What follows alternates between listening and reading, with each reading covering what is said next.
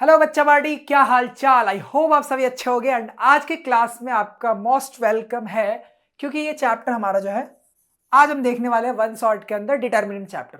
तो जैसा कि मैंने लास्ट क्लास में आपको बताया था कि matrices and determinant on an average आपका 10 मार्क्स का पूछा जाता है बोर्ड एग्जाम के अंदर, राइट। तो हमने मैट्रिसेस को तो बहुत अच्छे से, बहुत ही तसल्ली से कंप्लीट कर लिया है। अब बात आती है हमारे डिटर्मिनेंट की। अगर ये चैप्टर हम कंप्लीट कर लेंगे तो हमारा 10 मार्क्स तो सिक्योर हो गया बोर्ड एग्जाम के अंदर। क्लियर है। अभी दिन आपके पास बहुत ही ज़्यादा कम बचे हैं, तो जो भी आपका टाइम है वो बहुत ही ज़्यादा इंपॉर्टेंट है। एंड अभी मैंने देखा मैट्रिसेस की वीडियो में कि बहुत सारे बच्चे ने अच्छे अच्छे प्यारे प्यारे कमेंट्स दिए थे कि डाउट हमारे सारे क्लियर हो गए इस वीडियो को देखने के बाद। तो दिल से थैंक यू आप सभी को। एंड मैंने ये चीज़ भी नोटिस करी कि आप लोग ना पूरा वीडियो नहीं देख रहे हो। अब देखो होता क्या है ना, ये कि कई बच्चों को ऐसा लगता है कि मार्केट में 10 मिनट में भी रिवीजन होता है, 15 मिनट में भी रिवीजन है। आप यूट्यूब पे खोलोगे तो आपको 10-10 मिनट में रैपिड रिवीजन में मिल जाएंगे। बट द फैक्ट इज कि आपको कितने अच्छे से समझना है कॉन्सेप्ट। अगर मैं चाहूँ तो ये डिटरमिनेंट जो कि आज अगेन 1.5 घंटे 2 घंटे का लेक्चर होगा, उसको मैं 15 से 20 मिनट में भी आपका कंप्लीट करा के दे दूँ। बट उससे बेनिफिट और उसके डिमेरिट्स क्या हैं ये अभी आप लोगों को नहीं पता है। इसीलिए आपको लगता है कि अगर कम टाइम में फिनिश हो रहा है इसका मतलब यही देख लेते हैं हमारा टाइम सेव हो जाएगा।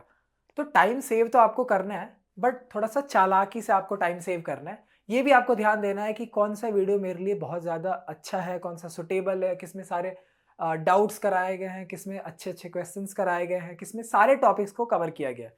ठीक है। तो ये जस्ट मैं आप लोग को एक सजेशन देना चाहता था। बाकी जो भी पढ़ा रहे हैं बहुत ही अच्छा पढ़ा रहे हैं, सारे टीचर्स ही अच्छा पढ़ाते हैं। But my point of view is कि आपकी नीड क्या है, आपको उस हिसाब से देखना है। ठीक है। चलो, तो विदाउट वेस्टिंग एनी टाइम हम डिटर्मिनेंट को आज कंप्लीट कर रहे होंगे। एंड अगेन जैसे मैंने बोला कि 1.5-2 घंटे लगेंगे बहुत ही आराम से, बहुत ही अच्छे अच्छे क्वेश्चंस के साथ। आज के इस लेक्चर की खास बात यह है कि इसमें जितने भी क्वेश्चन हैं आपके पास वो सारे PYQ हैं। तो आपको साथ ही साथ हैंड ऑन एक्सपीरियंस भी मिलता चलेगा कि टॉपिक पढ़ने के बाद आपसे ये क्वेश्चन हो पा रहे हैं या नहीं हो पा रहे हैं। ठीक है। तो आज के इस क्लास में कहीं मत जाना, दिल थाम के बैठ जाओ, कॉपी किताब निकाल लो एंड मेरे साथ स्टार्ट करने के लिए रेडी हो जाओ। तो आज के इस टॉपिक, आज के इस चैप्टर में क्या क्या टॉपिक्स हैं। वैसे देखने में तो आपको टॉपिक्स यहाँ पे बहुत ही कम दिख रहे हैं, बट इसके अंदर कुछ सब टॉपिक्स भी हैं। देखो मैं एक माइंड मैप टाइप का आपका बता देता हूँ कि इस चैप्टर में पूरा ओवरव्यू होने क्या वाला है। ठीक है। स्टार्ट करेंगे हम डिटर्मिनेंट से। डिटर्मिनेंट के बारे में पढ़ेंगे कि डिटर्मिनेंट होता क्या है। देन उसके बाद हम आएंगे एक्सपेंशन ऑफ डिटरमिनेंट। हमारे पास 1 ऑर्डर का डिटरमिनेंट हम पढ़ेंगे, 2 ऑर्डर का पढ़ेंगे, 3 ऑर्डर का पढ़ेंगे। ठीक है। उसके बाद एरिया ऑफ ट्रायंगल। अगेन ये एक एप्लीकेशन का पार्ट है कि हमारा डिटरमिनेंट जो है ना वो रियल लाइफ में या फिर उसका एप्लीकेशन क्या है। ठीक है। तो एप्लीकेशन के अंदर हम 2 चीज़ें पढ़ेंगे। एक तो एरिया ऑफ ट्रायंगल देखेंगे कि डिटरमिनेंट की हेल्प से हम एरिया ऑफ ट्रायंगल कैसे फाइंड करते हैं। And system of linear equation को सॉल्व करना सीखेंगे। System of linear equation. Then उसके बाद से हमें माइनर्स पढ़ने हैं, कोफैक्टर्स पढ़ने हैं, एडजॉइंट पढ़ना है, इनवर्स पढ़ना है। तो बहुत ही वास्ट तो नहीं बोलूँगा, थोड़ा टाइम टेकिंग है, बट इंटरेस्टिंग चैप्टर है ये आपका। ठीक है। तो आप दिल थाम के बैठे रहो मेरे साथ अगले 1.5 घंटे के लिए। एंड आपका अगला 1.5 घंटा बहुत ही ज़्यादा फ्रूटफुल होने वाला है, इस चीज़ की तो मैं गारंटी देने वाला हूँ। ठीक है। चलो, अब आप थोड़ा सा मैट्रिसेस से रिकॉल करो कि अगर आपके पास एक इस टाइप का मैट्रिक्स होता था 2 4 7 9, तो आप इसको क्या बोलते थे, किस टाइप का मैट्रिक्स बोलते थे। अगर मैं आपसे पूछूं कि इस मैट्रिक्स का टाइप क्या है तो आप मेरे को टाइप क्या बताओगे। क्या इसमें number of rose and number of columns आपको सेम दिख रहे हैं क्या। तो जितने नंबर ऑफ रोज हैं उतने ही नंबर ऑफ कॉलम्स हैं क्या, ऐसा है। यस। तो सर आपने तो पढ़ाया था कि जिसमें number of rose and number of columns equal होते हैं ऐसे मैट्रिसेस को हम बोलते हैं स्क्वायर मैट्रिक्स। क्या बोलते हैं, स्क्वायर मैट्रिक्स। याद है आप लोगों को। यस। कैसे नहीं याद होगा, आप लोगों ने इतने अच्छे से पढ़ा है उस चैप्टर को, आपको जरूर याद होगा। तो ऐसे मैट्रिसेस को हम बोलते हैं स्क्वायर मैट्रिक्स। तो ये जो पूरा डिटर्मिनेंट का खेल होने वाला है ना, ये सिर्फ और सिर्फ एक ही मैट्रिक्स के अराउंड घूमेगा और वो मैट्रिक्स है हमारी स्क्वायर मैट्रिक्स। तो यहाँ से आपको ये तो क्लियर हो गया कि स्क्वायर मैट्रिक्स सिर्फ और सिर्फ किसके लिए पॉसिबल है, सिर्फ स्क्वायर मैट्रिक्स के लिए पॉसिबल है। क्लियर है? ठीक है, अब आ जाओ डिटर्मिनेंट क्या होता है इसको देखते हैं। डिटर्मिनेंट, ठीक है, डिटर्मिनेंट कुछ ऐसी बहुत बड़ी चीज नहीं है। डिटर्मिनेंट का मतलब क्या है कि कोई भी एक मैट्रिक्स है, एक ए मैट्रिक्स है 2 4 7 6 है लेट्स सपोज, और वो स्क्वायर मैट्रिक्स होनी चाहिए। अगेन कोई भी एक स्क्वायर मैट्रिक्स है, उसकी जो भी स्केलर वैल्यू निकल के आती है ना, उसको हम बोलते हैं डिटर्मिनेंट।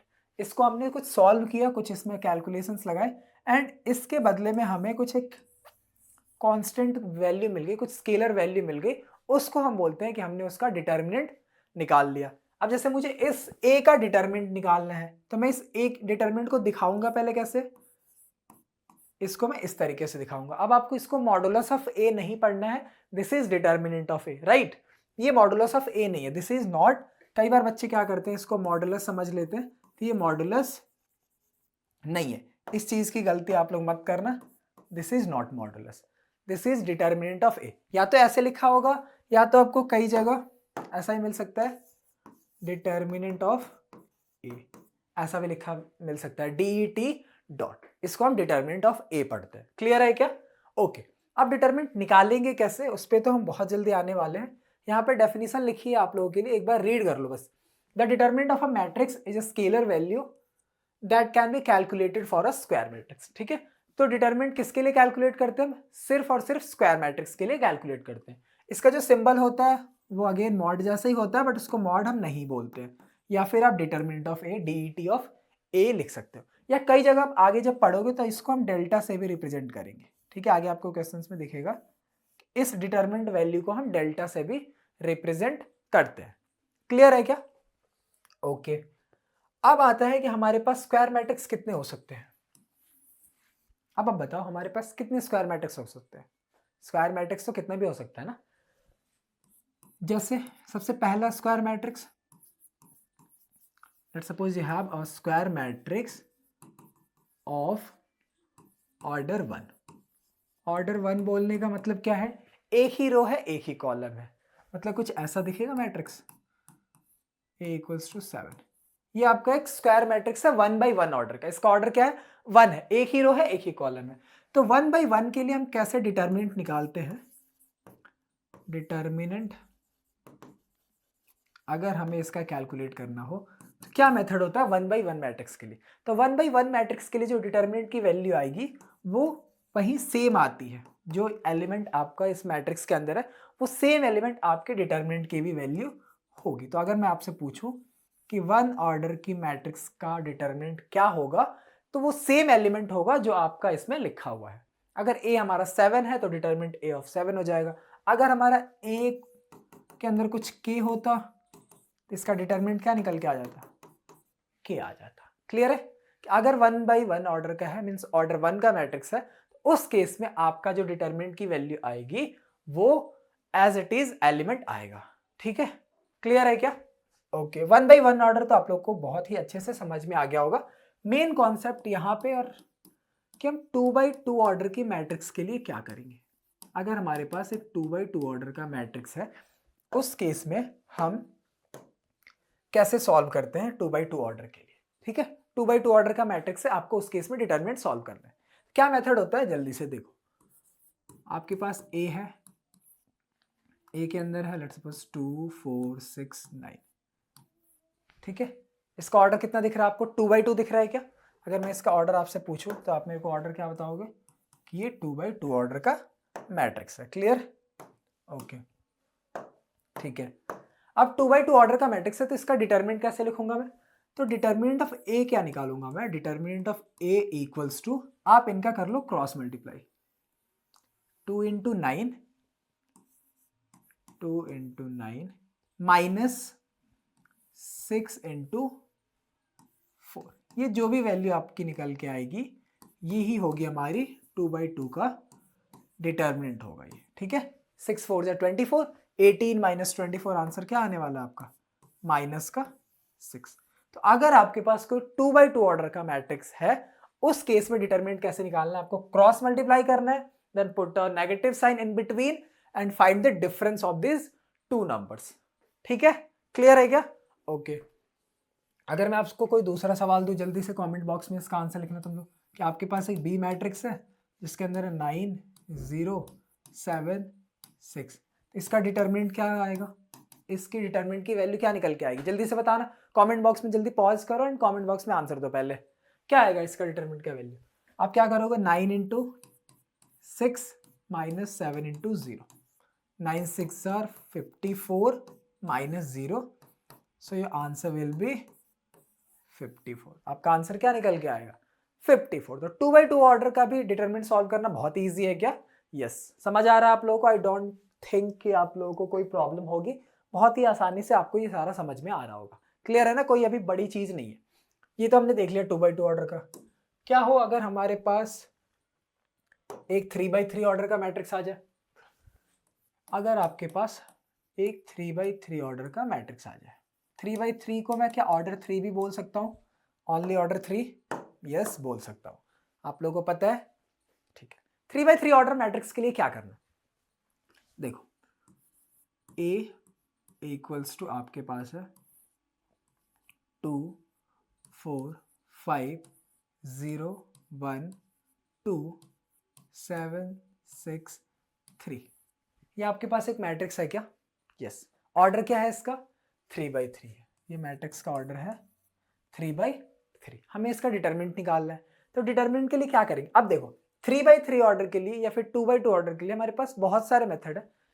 इसमें रो कितना है, R1 है, R2 है एंड R3 है, 3 रो है, कॉलम भी कितने हैं 3 है, C1 C2 एंड C3, 3 रो है आपके पास, 3 कॉलम है, तो आपके पास टोटल 6 वेज हैं जिससे कि आप इसका डिटरमिनेंट सॉल्व कर सकते हैं। आप किसी भी एक रो के अगेंस्ट, रो के अराउंड या किसी भी एक कॉलम से आप मैट्रिक्स का डिटरमिनेंट सॉल्व कर सकते हैं। आप रो 1 से चाहें तो एक्सपैंड कर लें, आप रो 2 से कर सकते हैं, रो 3 से कर सकते हैं, आप कॉलम 1 से कर सकते हैं, आप कॉलम 2 से कर सकते हैं एक्सपैंड, आप कॉलम 3 से भी कर सकते हैं। तो आपके पास टोटल 6 वेज, ठीक है। अब कुछ आपके पास यहाँ पे सिंबल्स दिए गए हैं जो कि आपको एज इट इज याद रखना है। अभी यहाँ अगर मैं इसका जनरल वैल्यू लिखूँ, आपसे पूछूँ अगर, तो क्या आएगा A11 A12 A13 A21 A22 A23, यहाँ पे A31 A32 एंड A33, यही आएगा क्या। तो आपको याद क्या रखना है, ये चीज देखो, you just have to learn कि यहाँ पे जो आपका साइन आएगा वो आएगा प्लस साइन, ठीक है, प्लस, यहाँ पे एक प्लस साइन पुट करना आपको, यहाँ माइनस प्लस, उसके बाद आपको ऑल्टरनेट चलना, अगर यहाँ प्लस है यहाँ माइनस, यहाँ माइनस है प्लस, यहाँ माइनस है प्लस, यहाँ प्लस है माइनस, ठीक है। राइट वाले पे क्या आएगा, प्लस है माइनस माइनस प्लस, तो ये प्लस माइनस प्लस याद रखना। अब आपको जिस भी रो से एक्सपैंड करने बोला जाए या आपकी जिस भी रो से मर्जी हो एक्सपैंड करने की डिटरमिनेंट को, आप उस रो से एक्सपैंड कर सकते हैं। अब कैसे एक्सपैंड करते हैं मैं अभी सारा करके दिखाऊंगा। देखो मेरे लिए या काफी बच्चों के लिए एक्सपैंड यूजिंग R1 जो होता है वो ज्यादा इजी लगता है बच्चों को कि पहले रो से हम एक्सपैंड कर ले। वैसे अगर मेरे से पूछा जाए कि आप अगर सर बताओ कि आपके हिसाब से कौन सा मेथड या कौन सा रो या कौन सा कॉलम मैं चूज करूं जिससे कि एक्सपैंड करना मेरे लिए बेटर हो, ठीक है, तो मैं क्या बोलूंगा आपको कि आप मैट्रिक्स को देखो एंड अगर मैट्रिक्स के अंदर, अगर आपको अपने मैट्रिक्स के अंदर जिस भी रो में या जिस भी कॉलम में नंबर ऑफ जीरोस ज्यादा दिखते हैं उस रो से आप एक्सपैंड कर लो ताकि आप कैलकुलेशन से बच जाओगे। अदरवाइज अगर आपको फिर डिफिकल्टी हो रही है तो आप क्या करो, रो 1 से या फिर रो कॉलम से एक्सपैंड कर लो क्योंकि वो ज्यादा बेटर रहेगा आपके लिए। आप रो 1 से कर लो, सीधे सीधे आपको दिख जाएगा, या आप कॉलम 1 से कर लो, ठीक है। तो अभी मैं एक्सपैंड कर रहा हूँ कौन से रो से, R1 से एक्सपैंड कर रहा हूँ। R1 से कैसे एक्सपैंड करना है, आपको ये first value as it is लिखनी है साइन के साथ। अच्छा इससे हम कंपेयर करें तो यहाँ साइन क्या आएगा, प्लस, यहाँ माइनस, यहाँ प्लस, ये साइन आएगा। आपको सबसे पहला स्टेप यही करना है कि आपको साइन इंसर्ट कर देना है। अब जैसे आपने साइन इंसर्ट किया, आप 2 को क्या लिखेंगे, अब मुझे ये निकालना है determinant of A, determinant of A equal होगा 2 को आपने एज इट इज रखा, ठीक है। अब क्या करो, आप रो 1 से कर रहे हो ना, इस एलिमेंट की वैल्यू क्या है, अगर इसका मैं जनरल फॉर्म पूछूं आपसे तो क्या है, A11 है। A11 मीन्स आपको क्या करना है, आपको फर्स्ट रो कवर करना है, फर्स्ट कॉलम कवर करना है। अगर आप ये फर्स्ट रो ढक लो, फर्स्ट कॉलम ढक लो, तो आपके पास क्या ये 4 एलिमेंट दिख रहे हैं, ये 4, बताओ अगर मैं first row and first column को ढक लूँ, देखो ये 4 दिख रहा है 1 2 6 3।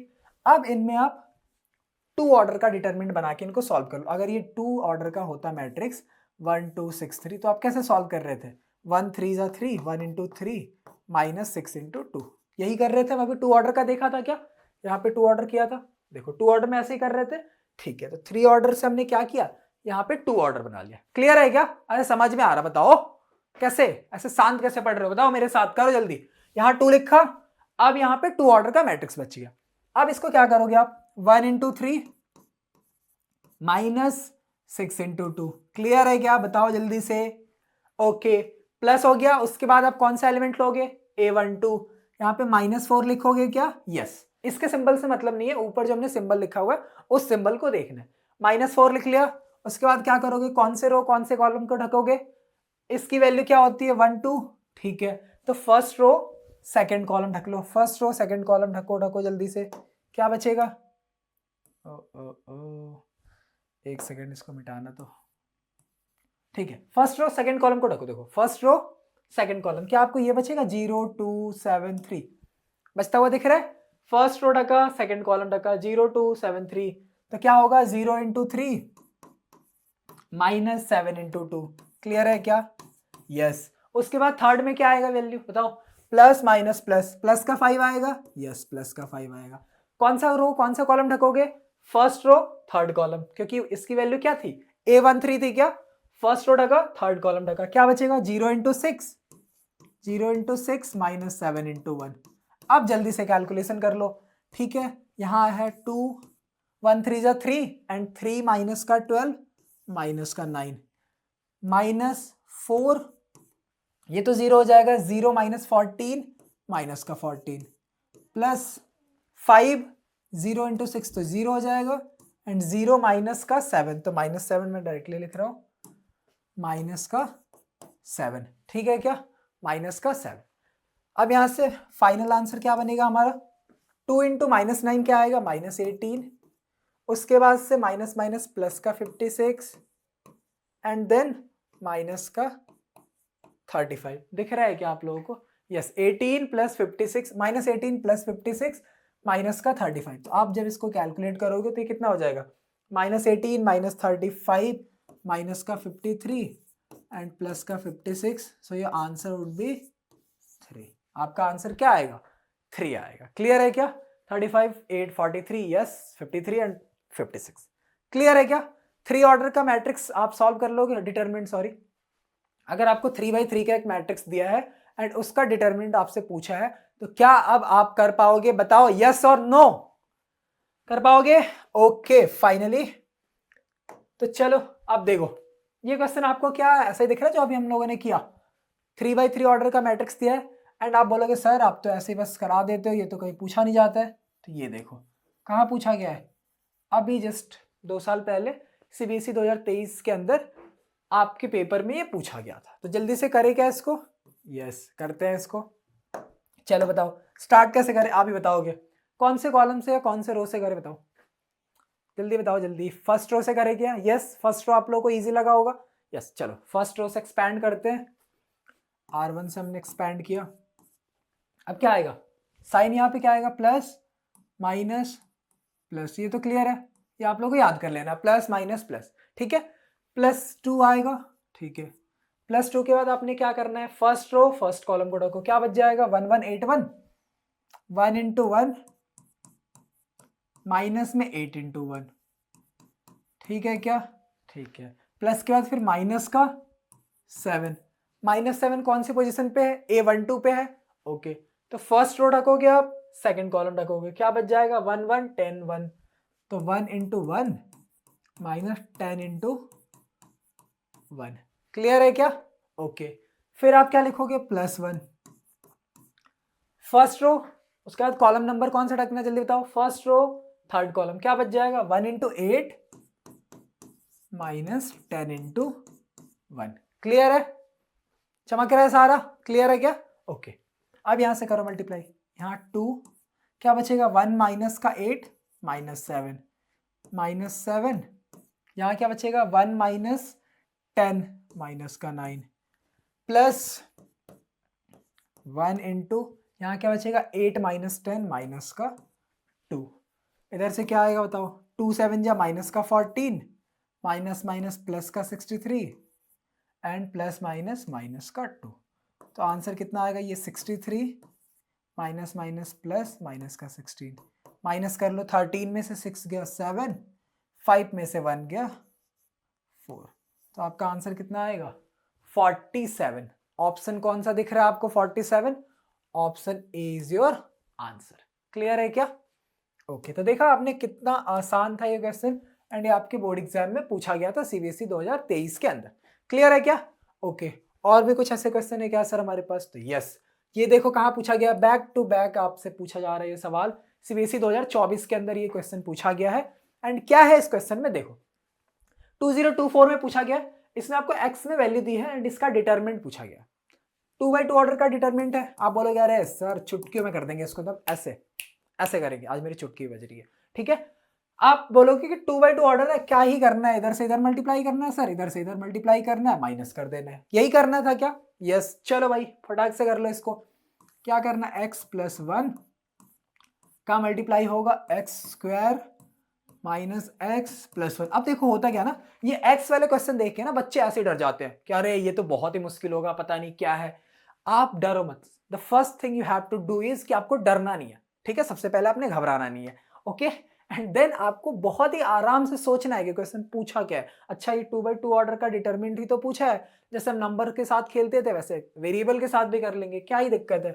आपने मल्टीप्लाई किया, then you will put negative sign, मतलब माइनस का साइन, एंड देन आप मल्टीप्लाई करोगे x square plus x plus 1 into में एक्स माइनस 1।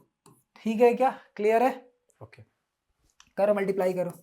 अरे सर ये तो मल्टीप्लाई ही करना नहीं आता मेरे को। मैंने कहा सीखो तो सही मेरे साथ। ये देखो पहले कैसे मल्टीप्लाई होगा, ये एक्स स्क्वायर से मल्टीप्लाई होगा, कितना आएगा एक्स का क्यूब।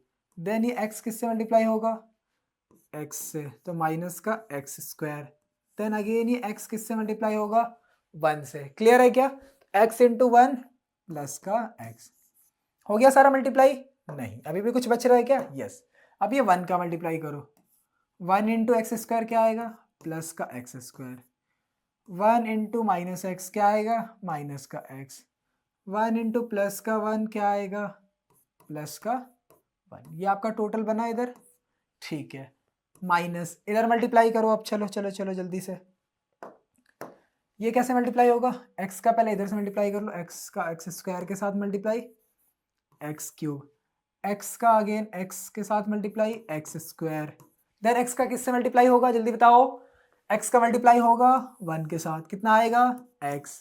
उसके बाद क्या करोगे, क्या करोगे उसके बाद, ठीक है, इसके बाद मल्टीप्लाई किया 1 का, minus 1 into x square minus का एक्स स्क्वायर, ठीक है। उसके बाद minus 1 into plus x minus का x, minus 1 into plus 1 minus का 1। ये कर लिया मल्टीप्लाई, ठीक है। अब काटा बेटी स्टार्ट करो भैया जल्दी से। यहाँ प्लस का एक्स क्यूब है, यस, यहाँ माइनस का एक्स क्यूब है, कैंसिल आउट। यहाँ प्लस का माइनस का एक्स स्क्वायर है, यहाँ प्लस का एक्स स्क्वायर है, यहीं पे कैंसिल आउट। यहाँ प्लस का एक्स है, यहाँ माइनस का एक्स है, कैंसिल आउट, ठीक है। यहाँ प्लस का एक्स स्क्वायर है, यहाँ माइनस का एक्स स्क्वायर है, कैंसिल आउट। यहाँ प्लस का एक्स है, यहाँ माइनस का एक्स है, बचा क्या भाई फाइनल, इधर से क्या बचा 1 माइनस, उधर क्या बचा माइनस 1। तो 1 प्लस 1 क्या आ जाएगा, 1 प्लस 1 ऐड करके आएगा 2। So your final answer would be 2।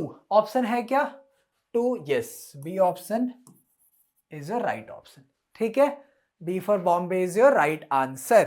Clear है क्या? बहुत आसान सा क्वेश्चन था क्या? यस, बहुत ही आसान सा क्वेश्चन था।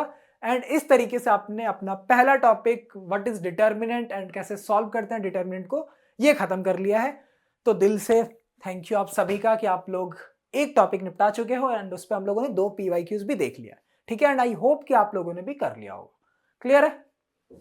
अगला टॉपिक है आपका एरिया ऑफ ट्रायंगल। हालांकि ये एप्लीकेशन का पार्ट है, बट आपके अगर एनसीईआरटी के सीक्वेंस की हम बात करें तो एनसीईआरटी ने इसी सीक्वेंस में दे रखा है कि आपको पहले डिटर्मिनेंट एंड देन उसके बाद एरिया ऑफ ट्रायंगल, ठीक है। तो ये हमारा रियल लाइफ एप्लीकेशन है कि एरिया ऑफ ट्रायंगल हम कैसे निकाल सकते हैं यूजिंग डिटर्मिनेंट। ये एप्लीकेशन पार्ट है डिटर्मिनेंट का। ठीक है, चलो अब अगर आप 10th क्लास में होते तो क्या होता? कुछ नहीं होता, कुछ ज़्यादा नहीं होता। लेकिन अगर आप 10th क्लास में 2020 से पहले होते तो आपने एक फॉर्मूला पढ़ा होता। क्या पढ़ा होता? एरिया ऑफ ट्रायंगल पढ़ा होता। क्या पढ़ा होता? Half into base into height. अरे सर ये कौन सा नया फॉर्मूला है, तो हम लोगों ने अभी भी पढ़ा है। तो नहीं, ये नहीं पढ़ा होता आपने, आपने कुछ नया पढ़ा होता। क्या पढ़ा होता? आपने पढ़ा होता कि एरिया ऑफ ट्रायंगल, अगर हमारे पास कोई एक ट्रायंगल है, ट्रायंगल बना लूं मैं, यस ट्रायंगल, यस। तो अगर आपके पास एक ट्रायंगल है, ऐसा सा दिख रहा है आपको ये ट्रायंगल, हो कि दिख रहा होगा, यस। आपके पास एक ट्रायंगल है एंड इस ट्रायंगल का कोऑर्डिनेट दिया है, ए दिया है x1, y1, बी कोऑर्डिनेट दिया है x2, y2 and C coordinate दिया है x3, y3। आपके पास 3 कोऑर्डिनेट्स है a b c। अगर इसका आपको एरिया ऑफ ट्रायंगल लिखना है तो आप इसको क्या लिख सकते थे? हाफ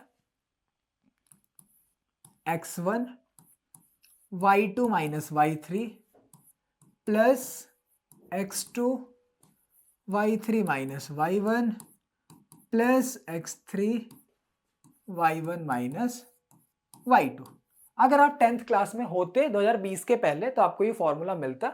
अगर नहीं हो, आप 2020 के बाद वाले 10th में हो तो कोई दिक्कत नहीं, आपको 11th क्लास में ये स्ट्रेट लाइन के अंदर ये फॉर्मूला आप लोगों ने पढ़ा होगा। ठीक है, अगर आपको याद आ रहा हो तो ये फॉर्मूला पढ़ा था एरिया ऑफ ट्रायंगल का, half x1 y2 minus y3 plus x2 y3 minus y1 plus x3 y1 minus y2। इससे हम डायरेक्टली किसी भी ट्रायंगल का एरिया निकाल सकते हैं अगर हमें तीनों कोऑर्डिनेट पता है तो।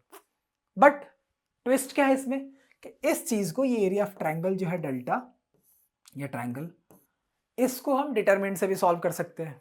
क्या सॉल्व कर सकते हैं? देखो, अगर मैं बोलूं कि इस चीज को ना मैं कुछ ऐसा लिखना चाहता हूं तो आई होप कि आपको आपत्ति नहीं होगी इसमें। Half determinant x1 y1 1, x2 y2 1, x3 y3 1। अगर मैंने ऐसा लिख दिया तो अब आप बताओ कि अगर आप डिटरमिनेंट सॉल्व करोगे, जो कि आपने सीख लिया है, अगर मैं इसको सॉल्व करना चाहूं तो हाफ क्या आएगा? मैं पहले प्लस x1 रखूंगा, x1 first row first column को ढका, क्या बचेगा? y2 minus y3, y2 minus y3 minus क्या रखा मैंने? y1। यहां से अगर हम रो 1 से कर रहे हैं तो, लेकिन इसमें रो 1 से नहीं करना, आपको क्या करना है? आपको कॉलम 1 से करना है। ये प्लस था, ये माइनस होता, ये प्लस होता। ठीक है, तो यहाँ क्या आता? Minus of x2। क्या है ये? फर्स्ट कॉलम, ये फर्स्ट कॉलम आपको इसकी वैल्यू क्या देखो, a21 है, तो अब सेकेंड रो फर्स्ट कॉलम को ढकोगे तो क्या मिलेगा? y1 minus y3। यही मिला क्या? इसको मैंने क्या किया, यहां से माइनस कॉमन लेके y3 माइनस y1 लिख दिया। ठीक है, प्लस नीचे क्या आता? प्लस x3 में अब 3 1, थर्ड रो फर्स्ट कॉलम को रखते तो y1 माइनस y2। क्या आपको ये सेम फॉर्मूला दिख रहा है जो मैंने ऊपर लिखा है? बस यहाँ पे आपको क्या करना है, यहाँ माइनस कॉमन ले लो, प्लस x2 और ये चेंज हो जाएगा y3 minus y1।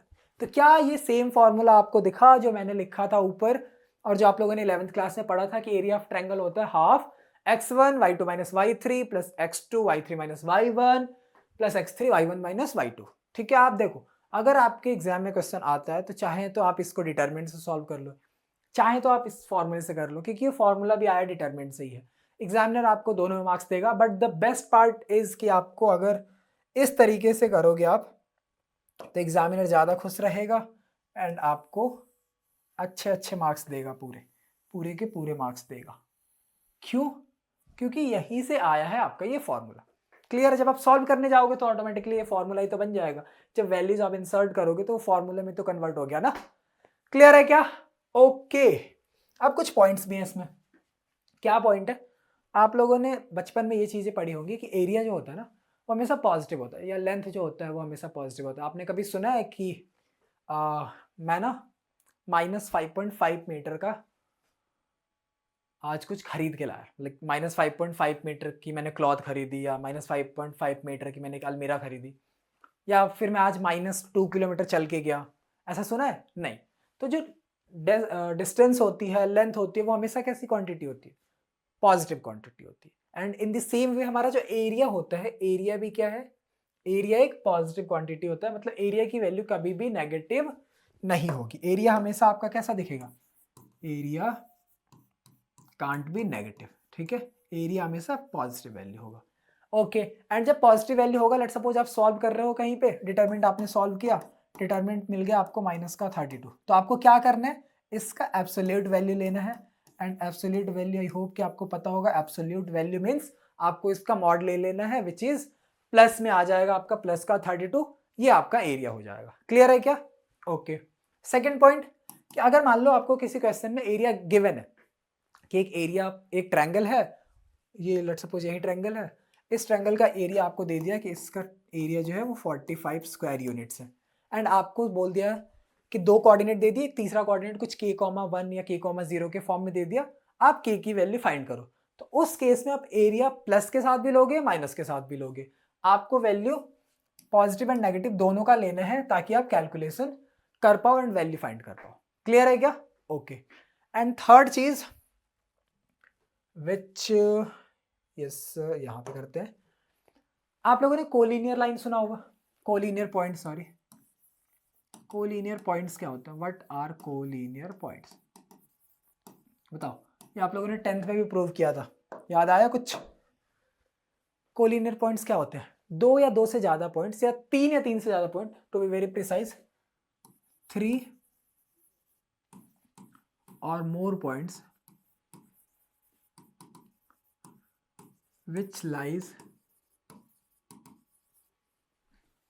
on a same line in a plane, same line in a plane is called collinear points. क्या मतलब है इस बात का? कोलिनियर पॉइंट्स ऐसे तीन या तीन से ज्यादा पॉइंट्स होते हैं जो कि एक सेम लाइन पे लाई करे। तो एक पॉइंट यहाँ है, दूसरा पॉइंट यहाँ है, तीसरा यहाँ है, ये तीनों सेम लाइन पे ही लाई कर रहे हैं किसी प्लेन के अंदर, तो ये क्या होगा? ये कोलिनियर होगा। अगर ये तीनों अलग अलग हो जाए, एक यहाँ हो जाए, एक यहाँ हो जाए, एक यहाँ हो जाए, क्या ये सेम लाइन में है? नहीं है। तो क्या ये कोलिनियर होंगे? नहीं होंगे। तो आपका देखो यहाँ से दो टाइप का क्वेश्चन बनेगा। एक आपका एरिया ऑफ ट्रायंगल पे बनेगा, विच इज आपने देख लिया यहाँ पे कि हाफ इंटू कैसे आपको डिटरमिनेंट सॉल्व करके लाना है। एंड दूसरा बनेगा आपको कोलिनियरिटी प्रूव करने के लिए, ठीक है, या फिर स्ट्रेट लाइन जिसमें पूछेगा। तो कोलिनियरिटी क्या होगी? देखो, कोलिनियरिटी प्रूव करने का सबसे इजी तरीका है, आपने एरिया ऑफ ट्रायंगल तो सीख लिया कि अगर आपके पास एक ट्रायंगल है तो उसका एरिया आप कैसे निकाल सकते हो? डिटरमिनेंट से निकाल सकते हो, हाफ जो आपने पढ़ा। अब बताओ, अगर मैंने इसका एरिया निकाला एंड इसका एरिया मुझे मिल गया 0 स्क्वायर यूनिट, मुझे इसका एरिया मिला 0 स्क्वायर यूनिट। तो अगर इसका एरिया 0 स्क्वायर यूनिट मिला, इसका मतलब तो ये हुआ ना कि ऐसी कोई ट्रायंगल बनी ही नहीं है। और अगर ऐसी कोई ट्रायंगल बनी ही नहीं है, मतलब ये जो तीनों पॉइंट्स हैं, ए बी सी जो पॉइंट्स हैं, वो इस तरीके से लाई ही नहीं कर रहे हैं, और वो इस तरीके से लाई नहीं कर रहे हैं, इसका मतलब एक स्ट्रेट लाइन पे लाई कर रहे हैं। क्योंकि अगर स्ट्रेट लाइन छोड़ के कहीं पे भी लाई करता है, लेट्स सपोज एक यहाँ, एक यहाँ, एक यहाँ, तो इन तीनों को मिला के ट्रायंगल तो बन ही जाता। एंड ट्रायंगल बन जाता तो कुछ ना कुछ एरिया तो आपको मिल ही जाता। बट एरिया पूरा आपका 0 स्क्वायर यूनिट के अंदर आ गया है। तो अगर 0 आ गया, इट मीन्स कोई सा भी ट्रायंगल नहीं बन रहा है। एंड अगर ट्रायंगल नहीं बन रहा, इट मीन्स कि आपका ये जो लाइन है या जो पॉइंट्स हैं वो कोलिनियर पॉइंट्स हैं, ठीक है। तो अगर आपको कोलिनियर प्रूव करना है, टू प्रूव कोलिनियरिटी, अगर आपको कोलिनियरिटी प्रूव करनी है किसी क्वेश्चन के अंदर, तो आप सीधे सीधे क्या कर दोगे? आप एरिया ऑफ ट्रायंगल जो है उसको 0 प्रूव कर दोगे, ठीक है। अगर आपका एरिया ऑफ ट्रायंगल जो है वो 0 आ गया, इट मीन्स आपका जो लाइन है वो कोलिनियर है। क्लियर है? चलो, एक क्वेश्चन आपने देख ही लिया होगा, अभी लगा था, ठीक है। ये क्वेश्चन ऐसा तो PYQs नहीं है, बट इंपॉर्टेंट बहुत ज़्यादा है, आपके NCERT का एग्जाम्पल है ये, और बहुत ही अच्छा सवाल है ये, इसीलिए इसको यहाँ पे पुट किया गया है। क्या बोला है? Find the equation of the line joining A1,3 B0,0 using determinant. हमें डिटर्मिनेंट की हेल्प से इसको सॉल्व करना है। अब देखो, डिटर्मिनेंट में अगर आप देखो तो आपके पास फॉर्मूले में क्या आता है, delta equals to half x1 y1 1 x2 y2 1 x3 y3 and 1 ये आता है।